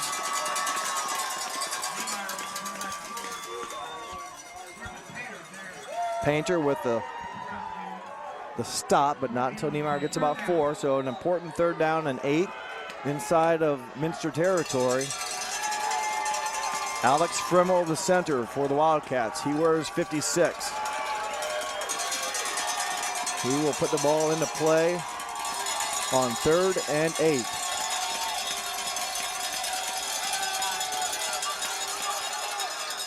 Pass a little underthrown, intended for Jack Heitbrink, incomplete. 4th down 8. Time the pass was a little bit low. Rolled to his left, and again, that's the hardest place to throw it from, rolling to your left. Remember the last time the Wildcats punted? It was Wade Sheets fielding it on about the 11 and going the distance for a touchdown. We'll see once if Rechterman will be instructed to try to kick it out of bounds, or, you know, that's sometimes more difficult than it sounds. High kick, wow, nice hang time. Fumble, loose ball, and boy, it was free there for a while. I think it went off of the hands of Caden Short, and Wade Sheets able to run it down, but the ball just kind of out in the middle of nowhere. There were more white shirts around the ball than blue, but I think they knocked themselves. I think they almost tackled themselves out of the ability. Yes. I mean, friendly fire allowed the Knights to come up with the football.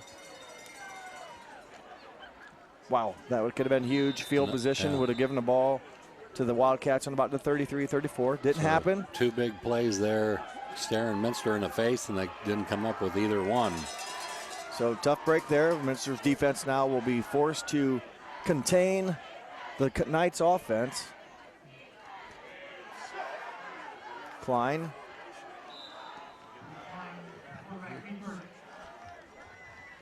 On the stop there for the Wildcats, Kyle Reithman and also Austin Brown.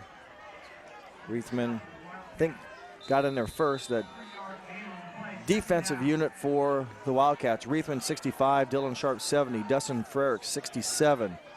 Your defensive line, your outside linebackers Joe Winter and Phil Traska. Inside linebackers Augie Bainline, Jack Heitbrink, and Cody Frericks. Your defensive backs, Austin Brown, Mike Kentner, Noah Enneking for the Wildcats. Klein looking deep. Sheets open with the catch and incomplete. Kentner down there battled with Sheets, and they are going to wave it off, or we'll see once here if they're going to say he had reception. They're calling it a reception. Sheets went over Kentner to haul it down and then rolled Looked like he still had it when he hit the ground. That was a great catch over the top. But did he make a football play after landing? Yeah. Did he get up? No, but we'll take a look. It. There's the catch. Oh. Yeah, okay.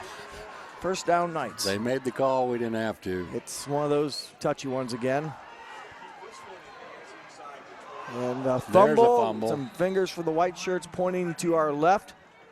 But the only one that matters is the ones with the striped shirts, and they hold up the second two index fingers. Well, boy, replay was tough to judge there on that catch. I mean, he caught it from Winners Quality Meats, that replay sponsor. And boy, too bad we don't have Winners Quality Meats make a decision on that one. Yeah. Thank you for sharing it with us. Looks like he had the ball between his elbow and the body, but it did come out at the end, and that makes it always questionable. Did he have it long enough? Did he make a play? And remember, those guys out in the field doing it in real time made the call. Klein scrambling now a little bit. There's some pressure. Yep. Making him throw it on the move. He's anyway. back here at about the 30. There's a penalty. Holding. Open receivers, Brecht. Remember, there's a penalty marker way back here on the 30-yard line. And that's going to come back. So that's from the spot of the foul. So they're going to strike. They're going to probably snap the ball on the 40. Yes. And it really was on the 18 to begin with. Math, 22 yards. 22-yard penalty. Yep. You know, that puts a lot of pressure on the linemen, too, on the blue shirts, the Crestview Knights, because you don't know what's going on behind you. Especially, you know, now Minster's rushing one person, and that's a long time to block anybody, let alone one person. And to do it with really not knowing what's going on behind you, and a quarterback that could be on one side of the field in 1 second, he could be running around you, and when you're blocking and your lineman, the defensive guy sees what's going on. You reactionary, you know, you can't let go quick enough. I mean, that's a tough burden you put on these offensive linemen who can't do anything really illegally. And you got to cheat to get away with it, or try to get away with it to second and 29. You know, barring a odd, maybe defensive foul, they're going to have to do this on their own. There's a shorter pass to Brody Brecht. He has it. He won't get all of it, but he'll get a good chunk and bring it back to now third down and probably 12. It's more manageable position there than 29. So it's going to be third and 13.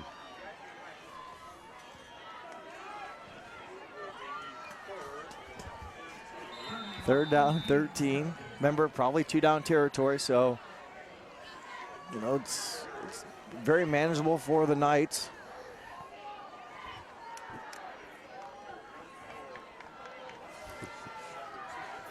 Clock running inside of 5 minutes. Third quarter, the Knights scored the only points of the second half on an 89-yard punt return by Wade Sheets. Open receiver on the left side. Klein will keep it. Looking to run. He has to run now as he passes the line of scrimmage. There's another penalty. Flag. Penalty marker on the 24-yard line. Holding.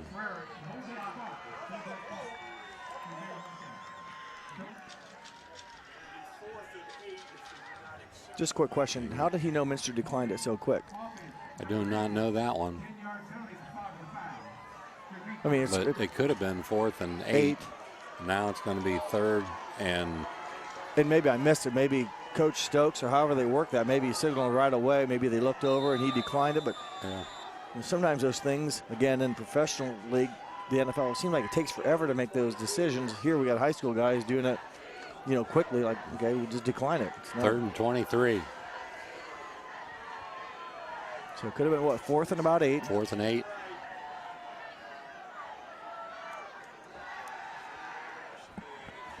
Klein, his pass is cutting in with Sheets. Turned out to be a great decision. And going to the pass was to the right as Sheets looked like he had cut in, and Klein threw it out. Sheets, a senior. Where's number 3? You see him in the top of the picture, and also number 10 is Klein, also a senior. You know, 4th and 22, ball on 33, go for it. You know, punting wise, you're not going to gain much. No, you're not going to gain a whole lot. If he gets a hop and goes to the end zone, it's on the 20, so you gain 12 yards. You might as well. Timeout. So Crestview couldn't make a decision quick enough, so keep that in mind. They're going to take their first timeout. That'll leave them with 2 left. We will take a timeout. You're watching Division 7, Region 28 playoff football, Week 12 on NKTelco Sports.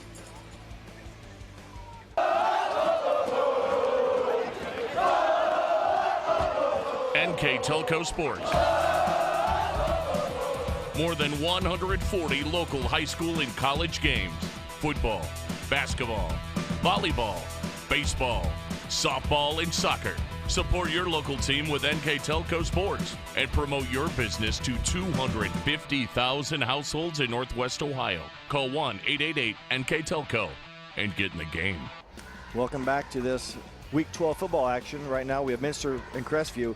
The winner of tonight's game will play the winner of Fort Loramie and Lehman Catholic. And that game will be on Saturday, the 17th of November at 7 o'clock at a TBA, wherever that's at, to be announced. To be announced. So, but that will be decided later. Right now, it's Minster Crestview here at Wapak. It's Loramie and Lehman at Piqua High School. And those winners will move on to next Saturday. Klein back. A little bit some of pressure. Pass, knock it down, and a good play. Did. Nice play defensively. Oh, don't push. Just walk away. Yeah, nice play defensive. I think it was 26 that deflected the ball. And why do you say knock it down? Because he got it on a 20. And that was a smart play. So I believe it was 26 back there defending. And that name belongs to Brendan Bornhorst, 5'8" junior. So after all that, they caused a timeout. Crestview took a timeout. They have 2 left. And, you know, I'd like to play for Crestview, too. Hey, throw it in the end zone. Yeah. We get the touchdown, great. If not, if Minster does catch it, we gain 12 yards and 13 yards in field position. Mm-hmm. So both schools, if you will, well coached there, knock it down, and we'll first throw it there and then knock it down. If you can't catch it on the defense or on the defensive side, knock it down. Yeah, so many times you see that defender catch it for the interception, and obviously the wrong thing to do. Bane line. And there's another a penalty. flag. I think they're going to get an illegal block or a hold right on the corner that Bane line went around. And again, although I know there's certain areas where you can block if it's within the line of scrimmage, maybe not, Ron. But I think it's going to be holding here, block in the back. Mm-hmm. I don't know if it's probably ever legal, but I thought maybe linemen sometimes, you know, when you're within the line of scrimmage. Yeah, you don't see it called on the lineman. And that could be altogether different. So that's a huge penalty on, again, it would have been a nice pickup. And so now it's 1st and 20. From the 22.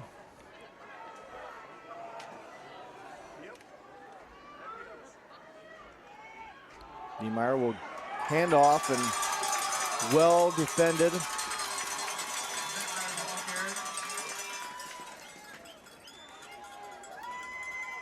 So 2nd and long, 2nd and 18. About have to put it up in the air. Yeah, probably so. Etzler, number 84, with the stop. Javen Etzler in there to make a nice stop and force this 2nd down and long. You liked, Minster was hoping to get a little bit more out of that. Niemeyer will keep it. Being rushed, being contained, and with the sack, number 50, Micah Snyder. Not sure if Niemeyer got past the line of scrimmage or not, so if he got past it, it's not a sack, but nonetheless, a fine defensive play by Micah Snyder. He might have picked up a yard.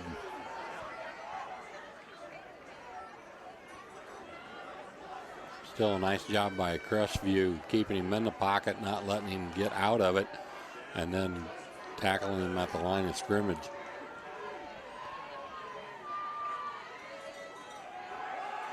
Niemeyer looking for number 14 down here on the sideline. Brown, Austin, no good on the catch, and Brown able to get back up and got his hands on it. Not sure he would have been even in bounds, so Minster trying for the pass down the sideline, comes up empty.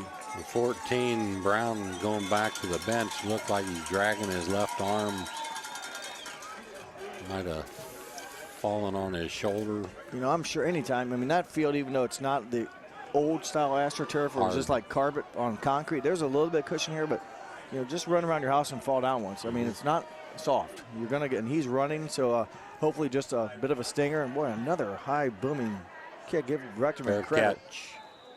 He can sometimes almost outkick the coverage a little bit. A tight spiral. And again, a good night for kicking. As we mentioned, tonight's atmosphere, it is so calm. The sticks, the flags on the goalposts barely moving. I mean, it's just so almost like quiet. It's a dark sky. So now it's going to be up to the Wildcat defense. They need to stop Crestview getting down to around the 2-minute mark of the third quarter. Seems like a long third quarter. Yes. And there's a lot of penalties. Yeah, that's probably why. Yep. And you know, the big touchdown run, the only score on the punt return. And really Minster's defense then, if you want to say how do you control the Crestview offense, they've done a pretty good job. I mean, yards-wise and points-wise, the offense is scoring 44 a game. Really, the offense has only scored 14 for Crestview, but the special teams has a touchdown. And for a guy last year that ran 33 times for 233 yards, his numbers at halftime were very controlled, really marginal or minimal. Yeah, well, I think that came from them just standing at the line of scrimmage, forcing him to throw. And he did a good job of throwing, so now they're putting a little bit of pressure on him. They have adjusted here in the second half, not just letting him stand back there. He's moving around. Crestview on the year averages over 250 yards of rushing offense. So they've been well under that. Now they hit Sheets here on the right side. Stutter steps and is tackled by Kettner, number 12. Pickup of about 6. Third down. Again, this is that critical down and distance and really location. It's Crestview side of the field, so you know how much yards do you need to be short if you don't get it that you would go for it? Or do you play field position and punt it? I would think on that side of the 50 they would be forced into punting the ball. But what if it's 4th and inches or 4th and a half yard? Do you roll the dice? I would punt. That's why you're sitting up here. I would go for it. Well, you're sitting up here too. Klein scrambling, a little bit of pressure here. Now more pressure and he will throw it. Oh. Nice play defensively. Frericks, number 85. Don't think it would have been in bounds for the interception, but does knock it down. And 4th down 3, and the smart play, I think we both agree, is to punt it now. And probably, like you said, even though it would have been 4th and short, would have been a huge gamble to give Minster the ball. Yeah, you're ahead by you're ahead by 8. You don't want to take that gamble. Number 11, Landon Birch had a big punt in the first half that got a good hop, and they downed it inside the 5. Also had one that was partially blocked. This one, not so much, and they can only hope it takes a good hop. And a little bit of a good hop for the Knights. Inside the 25 at the 24. So the Wildcats going to have a ways to go now if they want to get back into it. While we have a moment here, I'll let Ron go through some more of our sponsors. Wilson Health, Caring Without Limits, Precision Strip, NKT.TV, Bowlerstone.com, Find the Pocket Without Emptying Yours, Carriage Works, specializing in collision repair, St. Henry, Ohio, Cy Sweeterman, Fowler's TV, we service what we sell, Kogi Plumbing and Heating, a name you know, a name you trust, PSG Automotive Outfitters, Minster Bank, financial solutions for a lifetime. Bainline with the reception. And a few yards picked up there. Again, thank you, Ron, for those notifying our sponsors. I got a few left. Okay. Sweeterman Pharmacy. Pharmacy's located in Salina, Coldwater, Minster, New Bremen, St. Mary's, and Wapakoneta. New Knoxville Supply, Minster Dental Care, Francis Furniture. Keys to the Game brought to you by Keyhole Pizza. Replay sponsors, Winners Meats, quality meats for 90 years. Scoreboard is First National Bank, think first. And second down, limited running room for Niemeyer. Third down, I want to thank those sponsors that Ron mentioned for allowing us to bring you this. And this is high school football, end of the third quarter. The final 12 minutes coming up here on NKTelco. We'll be back after this break. At First National Bank, we are working hard to make your life a little easier. With products like Card Valet, an app allowing you to control your cards with real-time notifications, transaction restrictions, and spending limits. The ability to access your money through 55,000 all-point ATMs across the country, surcharge-free. Live customer support when you need it, and online and mobile banking, allowing you to gain access to your financial information wherever and whenever you like. First National Bank, making your life a little easier. The only scoring in the third quarter was a punt return for touchdown by Wade Sheets. That has us right now at 22-14 in the final 12 minutes of a game that really is obviously up in the air with who's going to advance to week 13. And I still think it comes down to a mistake here or there. You may say the punt return was a mistake, but then you look at the following punt where Crestview basically fumbled it and Minster around it but couldn't get to it. They kind of, the friendly fire I called it, limited them to fall on it. That was a break that didn't happen for the Wildcats. And yeah, it looks like this is one of those games where it's going to come to an interception maybe, or a special teams play. Well, Crestview came up with a big one, and then Minster's offense blindsided, a hit at the time of the throw by number 24. Just as Niemeyer was throwing it, Derek Dealey, 5'9" senior from the backside, hits Niemeyer.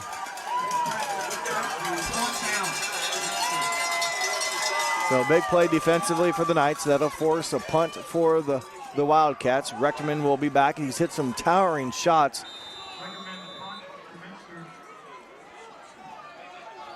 Crestview's getting a guy out there a little late, but he makes it. Another spiraling nice kick. Punt. Wade Sheets back inside the 30. That time the Wildcats able to trip him up on the far side. Mike Kettner knocks him down, and that's where the Knights will take over. And you know, there's still 11 minutes, 45 seconds to go, but you got to think of the clock now a little bit. You hate to give up a score if you're the Wildcats to go down 2 touchdowns. And you know, their last possession, there's been some possessions by each team where we've seen some good plays, but then a penalty has really kind of blown it up for them. And both offenses have yet to score here in the second half. It was a special teams touchdown, our only score here in the second half. Drew Klein, senior quarterback, will pitch to Brody Brecht, who's had a big night on both sides of the football. He scored 2 rushing touchdowns. It's not that he has a lot of yards, but he's come up with some touchdowns at goal line situations, and he's also made some big plays on defense. Number 33 right there in the center of your television screen. That was a nice play there by Brendan Barnhorse, a 5'8", 150-pound junior, made that play in the backfield. Yeah, Barnhorse getting in there and getting down a stout number 33. He's 200 pounds, 5'10", and it's a mass and what do you say? A body in motion and running over some people right there as he's able to get through Austin Brown for a couple more after contact by Brown, but Brown got the worst of that deal. So 3rd down 3. Again, obviously here, Minster needs to get a stop. You doubt that Crestview would go for it on 4th and short. You're shaking your head no. Not there. Ahead by 8. No sense right now to give the Wildcats great field position, but still a 3rd down here. They're not into that decision-making mode yet. Klein will run it, and he will get the 1st down and then more. some. He could be gone. Nope. Yep. He's like a water bug out there. He has a lot more energy than I do. Wow. That was a big run from the 38. That's what we saw last year, that kind of run. That's really the first time he's gotten loose. It was on the 38 of Minster, or Crestview, Ron, so 12 to the 50 and then down to the 20, so 30 plus 12, what, 45 or 42-yard or 40-yard run. He probably ran more than that because he did some. He started on this side. He ended up on that side. Then he lost some yards and got some yards. So then a big he went run. Sideways. My math struggles here when it's this cold, but a big run. First down play for the Knights. Brody Brecht runs through a host of Minster defenders. When he runs, it's the power run, and when Klein takes it, it's the evasive run. We have a Wildcat player slow to get up. It's number 74, Clayton Purvis. He will stay out there. No, he will not. We have a player down, so we will take a quick break and come back with more football here on NKTelco Sports. Minster Dental Care continues to offer advanced dental technology in a state-of-the-art facility. Our professional team offers experience in general dentistry and orthodontics, including services such as CERA and wireline orthodontics. Board-certified pediatric dentist Dr. Philip Slonkowski ensures our littlest patients have a positive, safe, and a comfortable experience. We are unconditionally committed to excellence in everything we do. Purvis off of the field now, and Minster will regroup on 2nd down and 4 on the 16-yard line. Big possession right here. Man, this is a they huge can push drive. this over with 9 minutes to go. Put them up by 2 scores, and Klein will pitch out. The ball carrier number 24, Derek Dealey. First down carry, move the chains for the Crestview Knights. 9 minutes to go exactly. So again, boy, Minster could surely use to force a fumble, but that's easier said than done. You got to hit it just right, and obviously they'll probably try and you want to make sure you make the tackle first. And sometimes when you try to strip the ball, you forget about fundamental tackling, and guys can bust through your arms and score. And they are knocking on the door inside the red zone right now are the Knights. Klein, a little high snap, will run it to the left, and he will fall down inside the 5.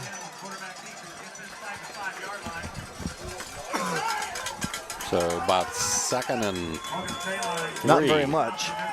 They can get a first down.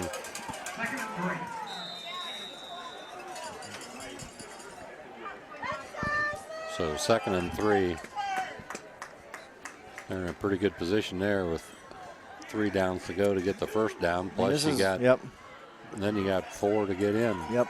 So tough, kind of a good down and distance. Always good to have the ability to get a first down inside the 5. And Brecht will look for his 3rd rushing touchdown of the night, but not on this play. Nor will he get the first down. So the clock continues to wind. I mean, this is, you can't guarantee a touchdown for Crestview, but boy, if they could get another first down and then take a couple more plays with this running offense, the clock's going to be, keeps right on running. We're under 8 now. You can milk it down to close to 6 and force Minster to try to score twice. Yeah, they don't have to be in a hurry. The best thing for them to do is just keep running plays down there. Yeah, like I said, if you guarantee you're going to score on 4th down, then get a first down and, just ball control. But you have to still, you can't be that greedy. You got to score, and there's going to be a timeout. So Crestview will take their 2nd of the half. That will leave them with 1. We'll take a timeout with 7:31 left in the 4th quarter. High school football on NKTelco Sports.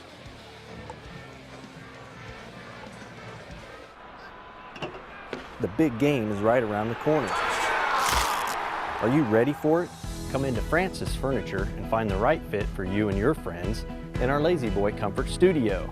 With Lazy Boy Premier sofa and sectionals, you can custom order a look that's just your style. Choose from hundreds of decorator fabrics or choose genuine leather for its luxurious feel and durability. Come into Francis Furniture today, the area's only Lazy Boy Comfort Studio.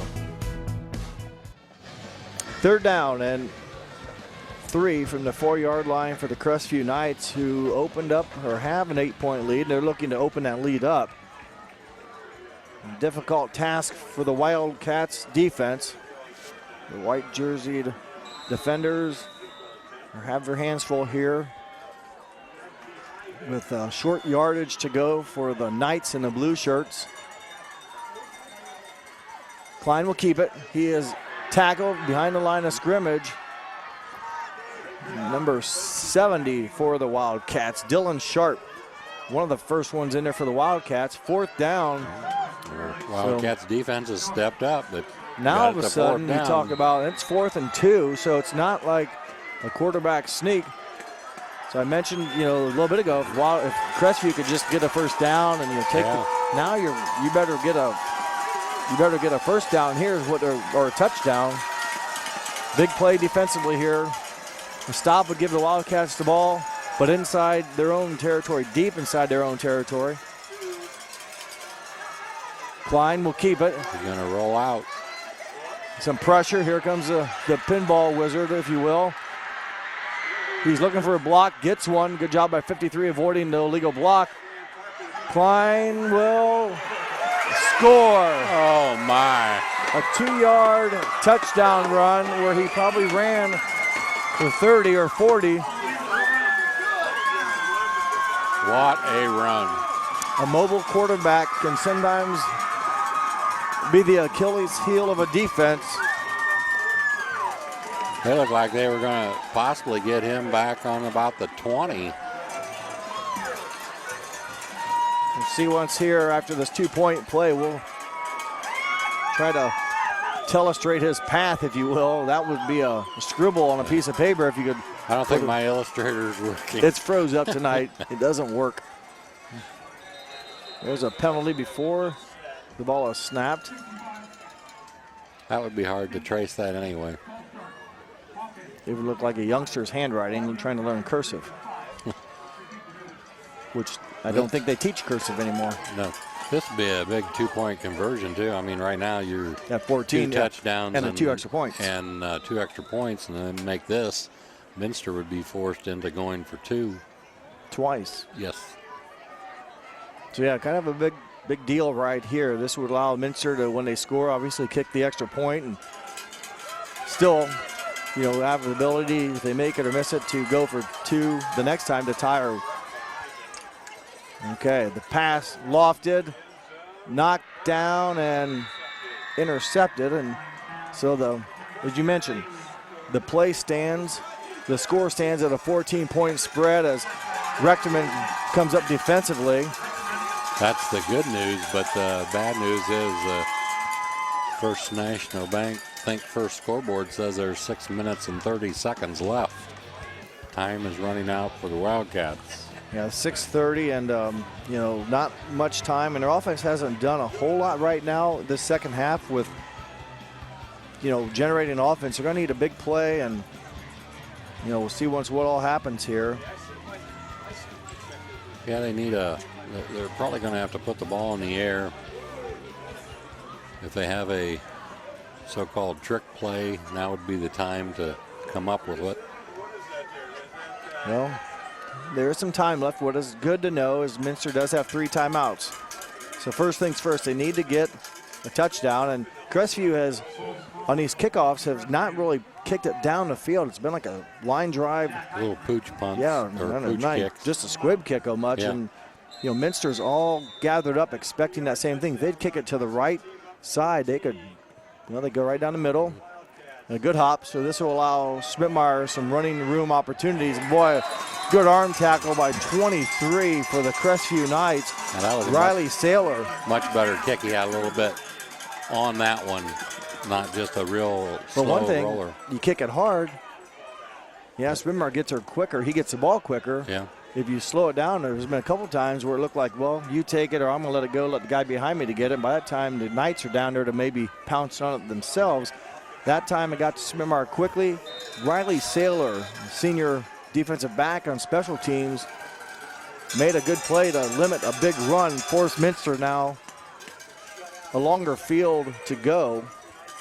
So 6:25 left. Season somewhat on line here with the Wildcats if they can get something started. Screen with Schmidtmeyer, so he will have some positive yards into Crestview territory. And the clock will stop as he gets it to the 41 right in front of us. Nice play call there by the Wildcats. Took advantage of the rush with a nice little screen pass. And Swimmer able to get out of that mess. Sometimes you want to screen, your guy that you're screening for gets caught up in the blitz or the defensive line pursuit, but Swimmer able to escape. Clock winding as we approach the 6-minute mark of the fourth quarter. Niemeyer with the ball to the left. Open receiver is Kettner. Tiptoes the sideline, and quickly the clock will stop. That's a good thing. Yep. Even on the screen, I was almost hoping that maybe Swimmer could get out of bounds. Yeah. They're taking what's there. Some good play calling the last 2 plays. And one thing you're that's not going to get back all in one play. in high school football, when you get out of bounds, the clock stops and stays stopped. So in high school or football, college and pros, it rewinds or starts up even if you get out of bounds to like the final few minutes of the game. And this is going to be a play that is good for the Knights. They control Swimmer. The clock will run here as Minster gains just 3 yards or a couple yards on that play. More importantly, the clock runs. Obviously, that play goes for big yards, great play. But now you're looking, you got back-to-back big plays. Now you just gave up all that time with a 2-yard gain as the clock still winds or has been running. We're at 5:30. First down catch by Frericks, I believe 85. Now they need to get up to the line of scrimmage. And go. Cody Frericks, your receiver. 6'6" senior. There's a big target to tight end. And get the play in. Should show a sense of urgency here. It's just now started running, 5:20 and counting. Minster needs a score and then hold the Knights. Niemeyer, open receivers, Rechterman off the top of his hands. Incomplete. Rechterman 19. Lower. Yeah, a little high. Of course, only Rechterman at 6'2" had a chance to catch it.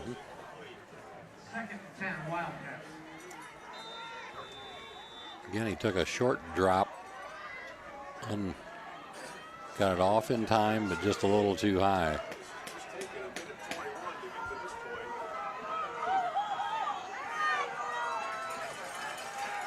So second down, 5:09 left. There's a tough break for the Wildcats. Niemeyer gets nothing. The clock continues to run. Yeah, so far they've taken only 1 minute and 30 seconds to get here, but boy, those 2 running plays that didn't catch the Knights off balance at all have hurt the Wildcats with the running clock or the clock moving. And I guess I'm more of an antsy person. I want to conserve the clock. Hopefully the Wildcats here can get some big yards on third down. Niemeyer's shot is intercepted on the goal line by Drew Klein. Fumbled it. They're saying down. So we'll see once how that works out here. Right now it appears it's going to be Crestview football on the 16. The referees will talk to make sure he was down. You're going to see a nice play there by Klein. Stepped right in front of the receiver. And hard telling. Yeah. I mean, I would assume he was down. Take another look here. He still got it there, and his knee is down. Yeah, boy, it's close. His knee is down. Simultaneous. Bang, bang. Tough break for the Wildcats. They needed to score. They got it down and battled the football. Drew Klein, the quarterback, comes up with a big interception. So Crestview with Brody Brecht in no hurry now. That was a big play and really is going to make it difficult now for Minster. They trail by 14. And you're going to see the ball on the ground here. Probably, you still got Klein back there to run. Keep the clock running.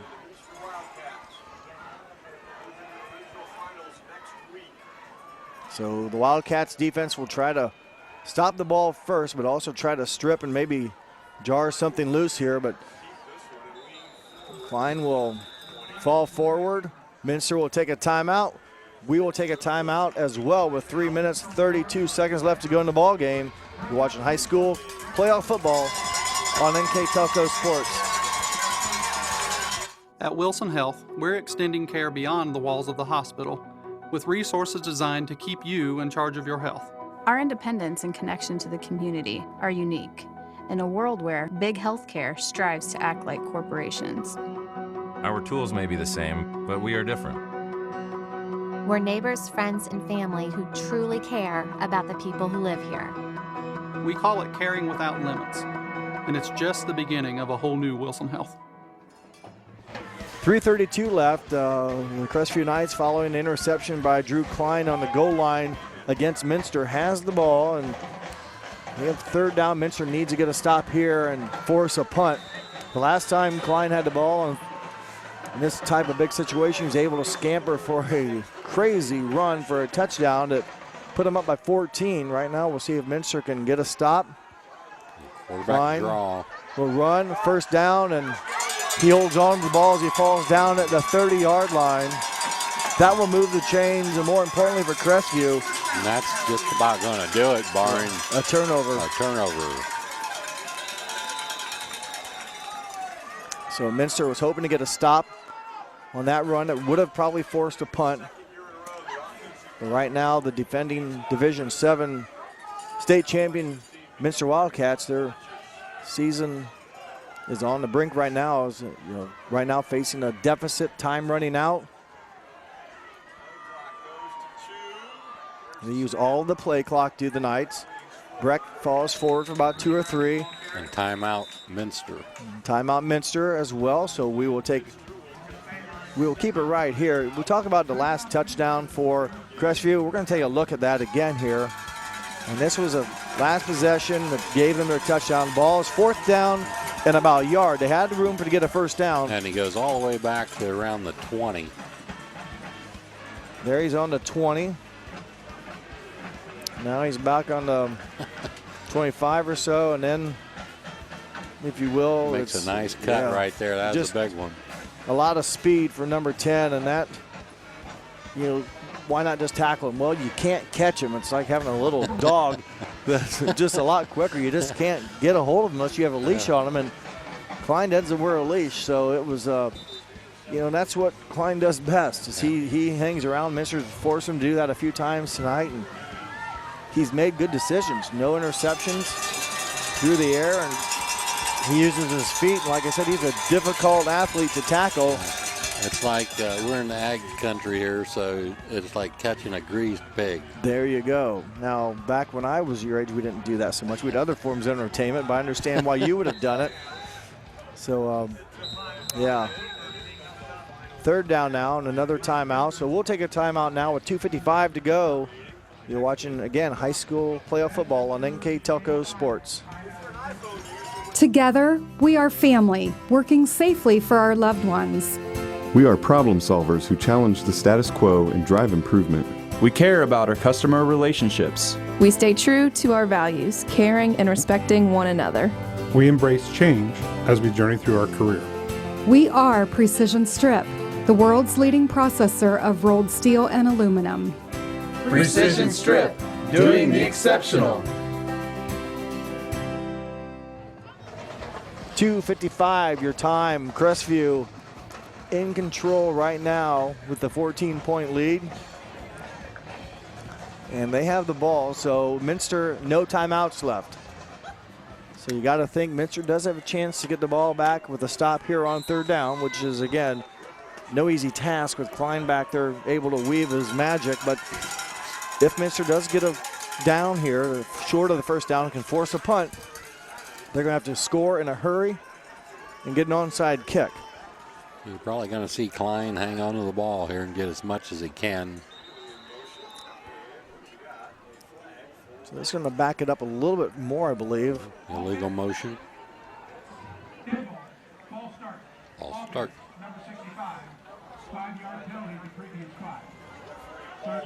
So false start against Crestview.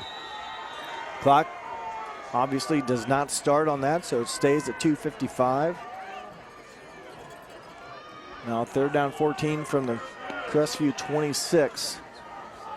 as much as Klein scrambles around in the backfield, it's like he never even loses the ball. You think sometimes you hit it off your hip as you're kind of doing some non-normal running. And this time surprisingly, they threw it. Now, it was a pretty safe pass and catch to Sheets, but if he drops that, it's fourth down. Yeah. I mean, it still is fourth down, but the clock would stop. Now it winds or continues to run. Pretty safe pass, though. They haven't started the 25-second play clock yet. So it still hasn't started. There now it winds. So Minster's going to get the ball back around 2 minutes to go. And we've seen it before. Yeah, they may take 5 yards here, run the clock all the way down. They have a timeout left. And they're in no hurry. So probably it'll be a timeout around the 2:05 mark. And we had a game earlier this year, was it with Marion Minster, where there were some bad snaps on the punt. So we'll see how that turns out as Crestview does burn their final timeout with 2:06 left. We'll take a short break, come back with the final 2:06 here on NKTelco Sports. Our 1,500 square foot showroom and pro shop at bowlerstore.com is stocked with bowling balls, bags, shoes, accessories, and apparel. The pro shop is equipped with 2 drill presses, measuring devices, and bowling ball maintenance machines to keep your ball rolling great. We offer private lessons for individuals and groups. Moxie's Extra Pair inside bowlerstore.com is also available to rent for private events. Be sure to check out bowlerstore.com or visit our pro shop in Versailles, Ohio for all your bowling product needs. 2:06 left. A big snap, I'll call it here, on fourth down as Crestview is going to be forced to punt. Minster would love to see a high snap over his head or a short hop. And Minster has right now 10 guys up on the line of scrimmage and 1 return man back, and that is number 14, Austin Brown. But all other 10 Wildcats on the line of scrimmage anticipate trying to block this kick. Snap pretty decent. They get it off, and there's an act job as the kick is made. Now, there was contact. And no flag. And no flag as number 24, Dealey, the punter, as the referee watched it tightly. I think he thought that Dealey probably tried to flop a little bit, but there was contact. Surprised it wasn't released a 5-yarder if they have that in high school. It was pretty much after the punt, and he had both feet on the ground when the contact was made. So the Wildcats don't get the punt, but they do get great field position, and basically in one pass you can score a touchdown here. Yep. 2 minutes exactly. They need a quick hitter right now. No timeouts for the Wildcats. Also no timeouts for Crestview, but right now the Knights want the clock to run. So look for the Wildcats on first downs, the clock will stop. They run it. They're gonna throw it. Schmidtmeyer. And it's simultaneous possession. Brown, number 14, will not be able to come away with it. Interception by Klein, number 10. That's the second one now in 2 possessions for Klein. So he's doing it all here tonight. 5'9" quarterback / defensive back. Take a look at it here. Minster trying to catch the Knights off balance. Schmidtmeyer. Just a little bit underthrown. Klein, enough possession of it, I assume, to... He was the first one to catch it. So he was the first one and held on to it. So the Crestview Knights, minute 52 away from earning a victory here against the defending State 7 champions and coming back, or getting, if you will, payback or revenge, whatever you want to call it, turning the game around from last year. They will keep it on the ground. Minster unable to stop the clock. As I said earlier, the winner of tonight's game scheduled to play the winner of Fort Loramie and Lehman Catholic on Saturday, November 17th at a site to be determined. Crestview will go to 11-1 and will face either Fort Loramie that would be 11-1 as well, or Lehman Catholic, who would be 9-3.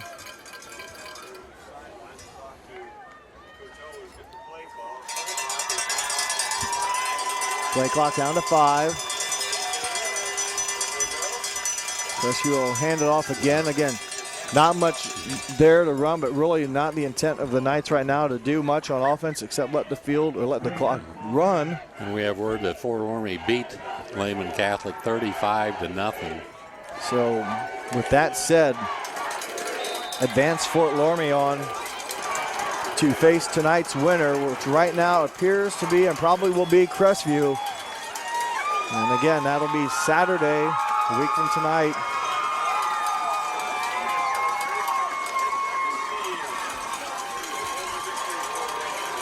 This will be the final snap as victory formation for the Knights of Crestview. Klein, who's played well tonight, and especially on the defensive end with a couple interceptions.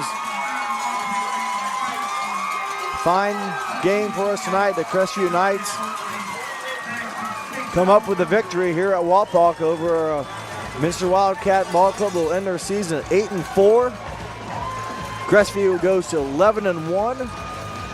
We will take a break, and when we come back, we'll wrap things up here from Wapak's Harmon Field here on NKTelco Sports.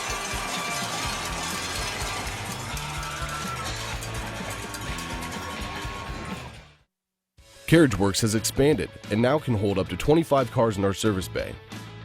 Carriage Works thrives on customer satisfaction. We accomplish that by providing top-of-the-line technology. Carriage Works now uses a laser beam system to measure down to the millimeter of factory specs to better service you and get you back on the road. Carriage Works has a brand new top-of-the-line paint booth that uses waterborne paint. There's no job too big or too small for Carriage Works. We are certified collision specialists. Come in and see us today. Here's the thing. If you're the kind of guy who eats, sleeps, and breathes farming, who gets up at dawn, determined to get the best crop and the best yield, why surrender to the mercy of the water table? Cy Schwiedemann Incorporated can lower your water table to an average of 2 to 3 feet below the surface, allowing you to grow stronger, healthier plants that root deeper, that are more resilient to the elements, that enable longer growing seasons, and can produce higher results in the fields and in your pocket. Trust CSI, your drainage experts since 1946. Take your game day party to the next level with a new TV and Sonos sound system from Fowler's TV in St. Mary's. A Sonos sound system takes all the action into every room of your home and outdoors. Break your home into zones and control the content and level right from your phone or tablet, enabling you to enjoy the game, or not, with the touch of a finger. Add a security camera system connected to your TV from Fowler's, and never leave another friend stuck outside in the cold. Fowler's TV, taking game day to the next level. Welcome back to Wapak's Harmon Field, a field where on the left side you have the Crestview Knights, joyous and happy on the big win. On the other side, dejected, but good team right there in the Minster Wildcats. Had another fine season that comes to an end tonight at the hands of the Crestview Knights. And with the final game stats, here is Ron Cruzy. For the Minster Wildcats, they had 116 yards rushing, 83 yards passing, a total of 199 yards on the night. 2 turnovers, time of possession 19 minutes and 56 seconds. For the Crestview Knights, 142 yards rushing, 181 yards passing, a total of 323 yards of total offense. Turnovers, they had none, and the time of possession for the Knights 28 minutes and 4 seconds. Well, Drew Klein came up big for the Knights, mainly on defense, a couple interceptions, both around the goal line to secure the victory. He had 98 yards rushing, and probably the biggest run of his season came late in the fourth quarter at 6:30 to go. He ran a 3-yard touchdown run, but as you saw in a replay, it was more, he was back on about the 25, probably ended up being, backwards from there to the 25 and running it in.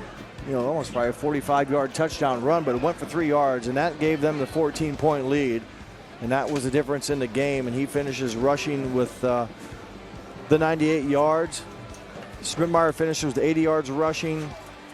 Those are your primary ball carriers, and the Wildcats opened up the game with a 5-yard run by Alex Schmidtmeyer. Crestview came back with 2 successful touchdowns unanswered by Minster on runs of 1 and 2 yards by Brody Brecht. And then Minster responded with just under a minute to go in the second quarter, a 4-yard run by Schmidtmeyer, his second of the game, to tie it at 14-all. at halftime, and the only scoring we had then in the third quarter was an 89-yard punt return touchdown by Wade Sheets. And that was the difference until Klein ran it in from 3 yards out. That became the difference maker, and then he came up big on defense with a couple interceptions. So congratulations to Crestview Knights. They will move on to Week 13 to play the Fort Laramie Redskins. Congratulations to Minster as we see them huddled out on the field, and the fans and the family for them, congratulating them on a fine season for the Wildcats at midfield. As they end their season, Coach Stokes, congratulations. I'd like to thank our crew tonight. Our camera people tonight were Paul Downing and Mark Fissel. Our director tonight, Scott Robinson. Our assistant director, Rodney Hardings. For my partner tonight, Ron Cruzy, I am Jeff Henshin. We hope that you enjoyed this telecast here on NKTelco Sports. Your final score once again, Crestview 28, Minster 14. Thank you for watching.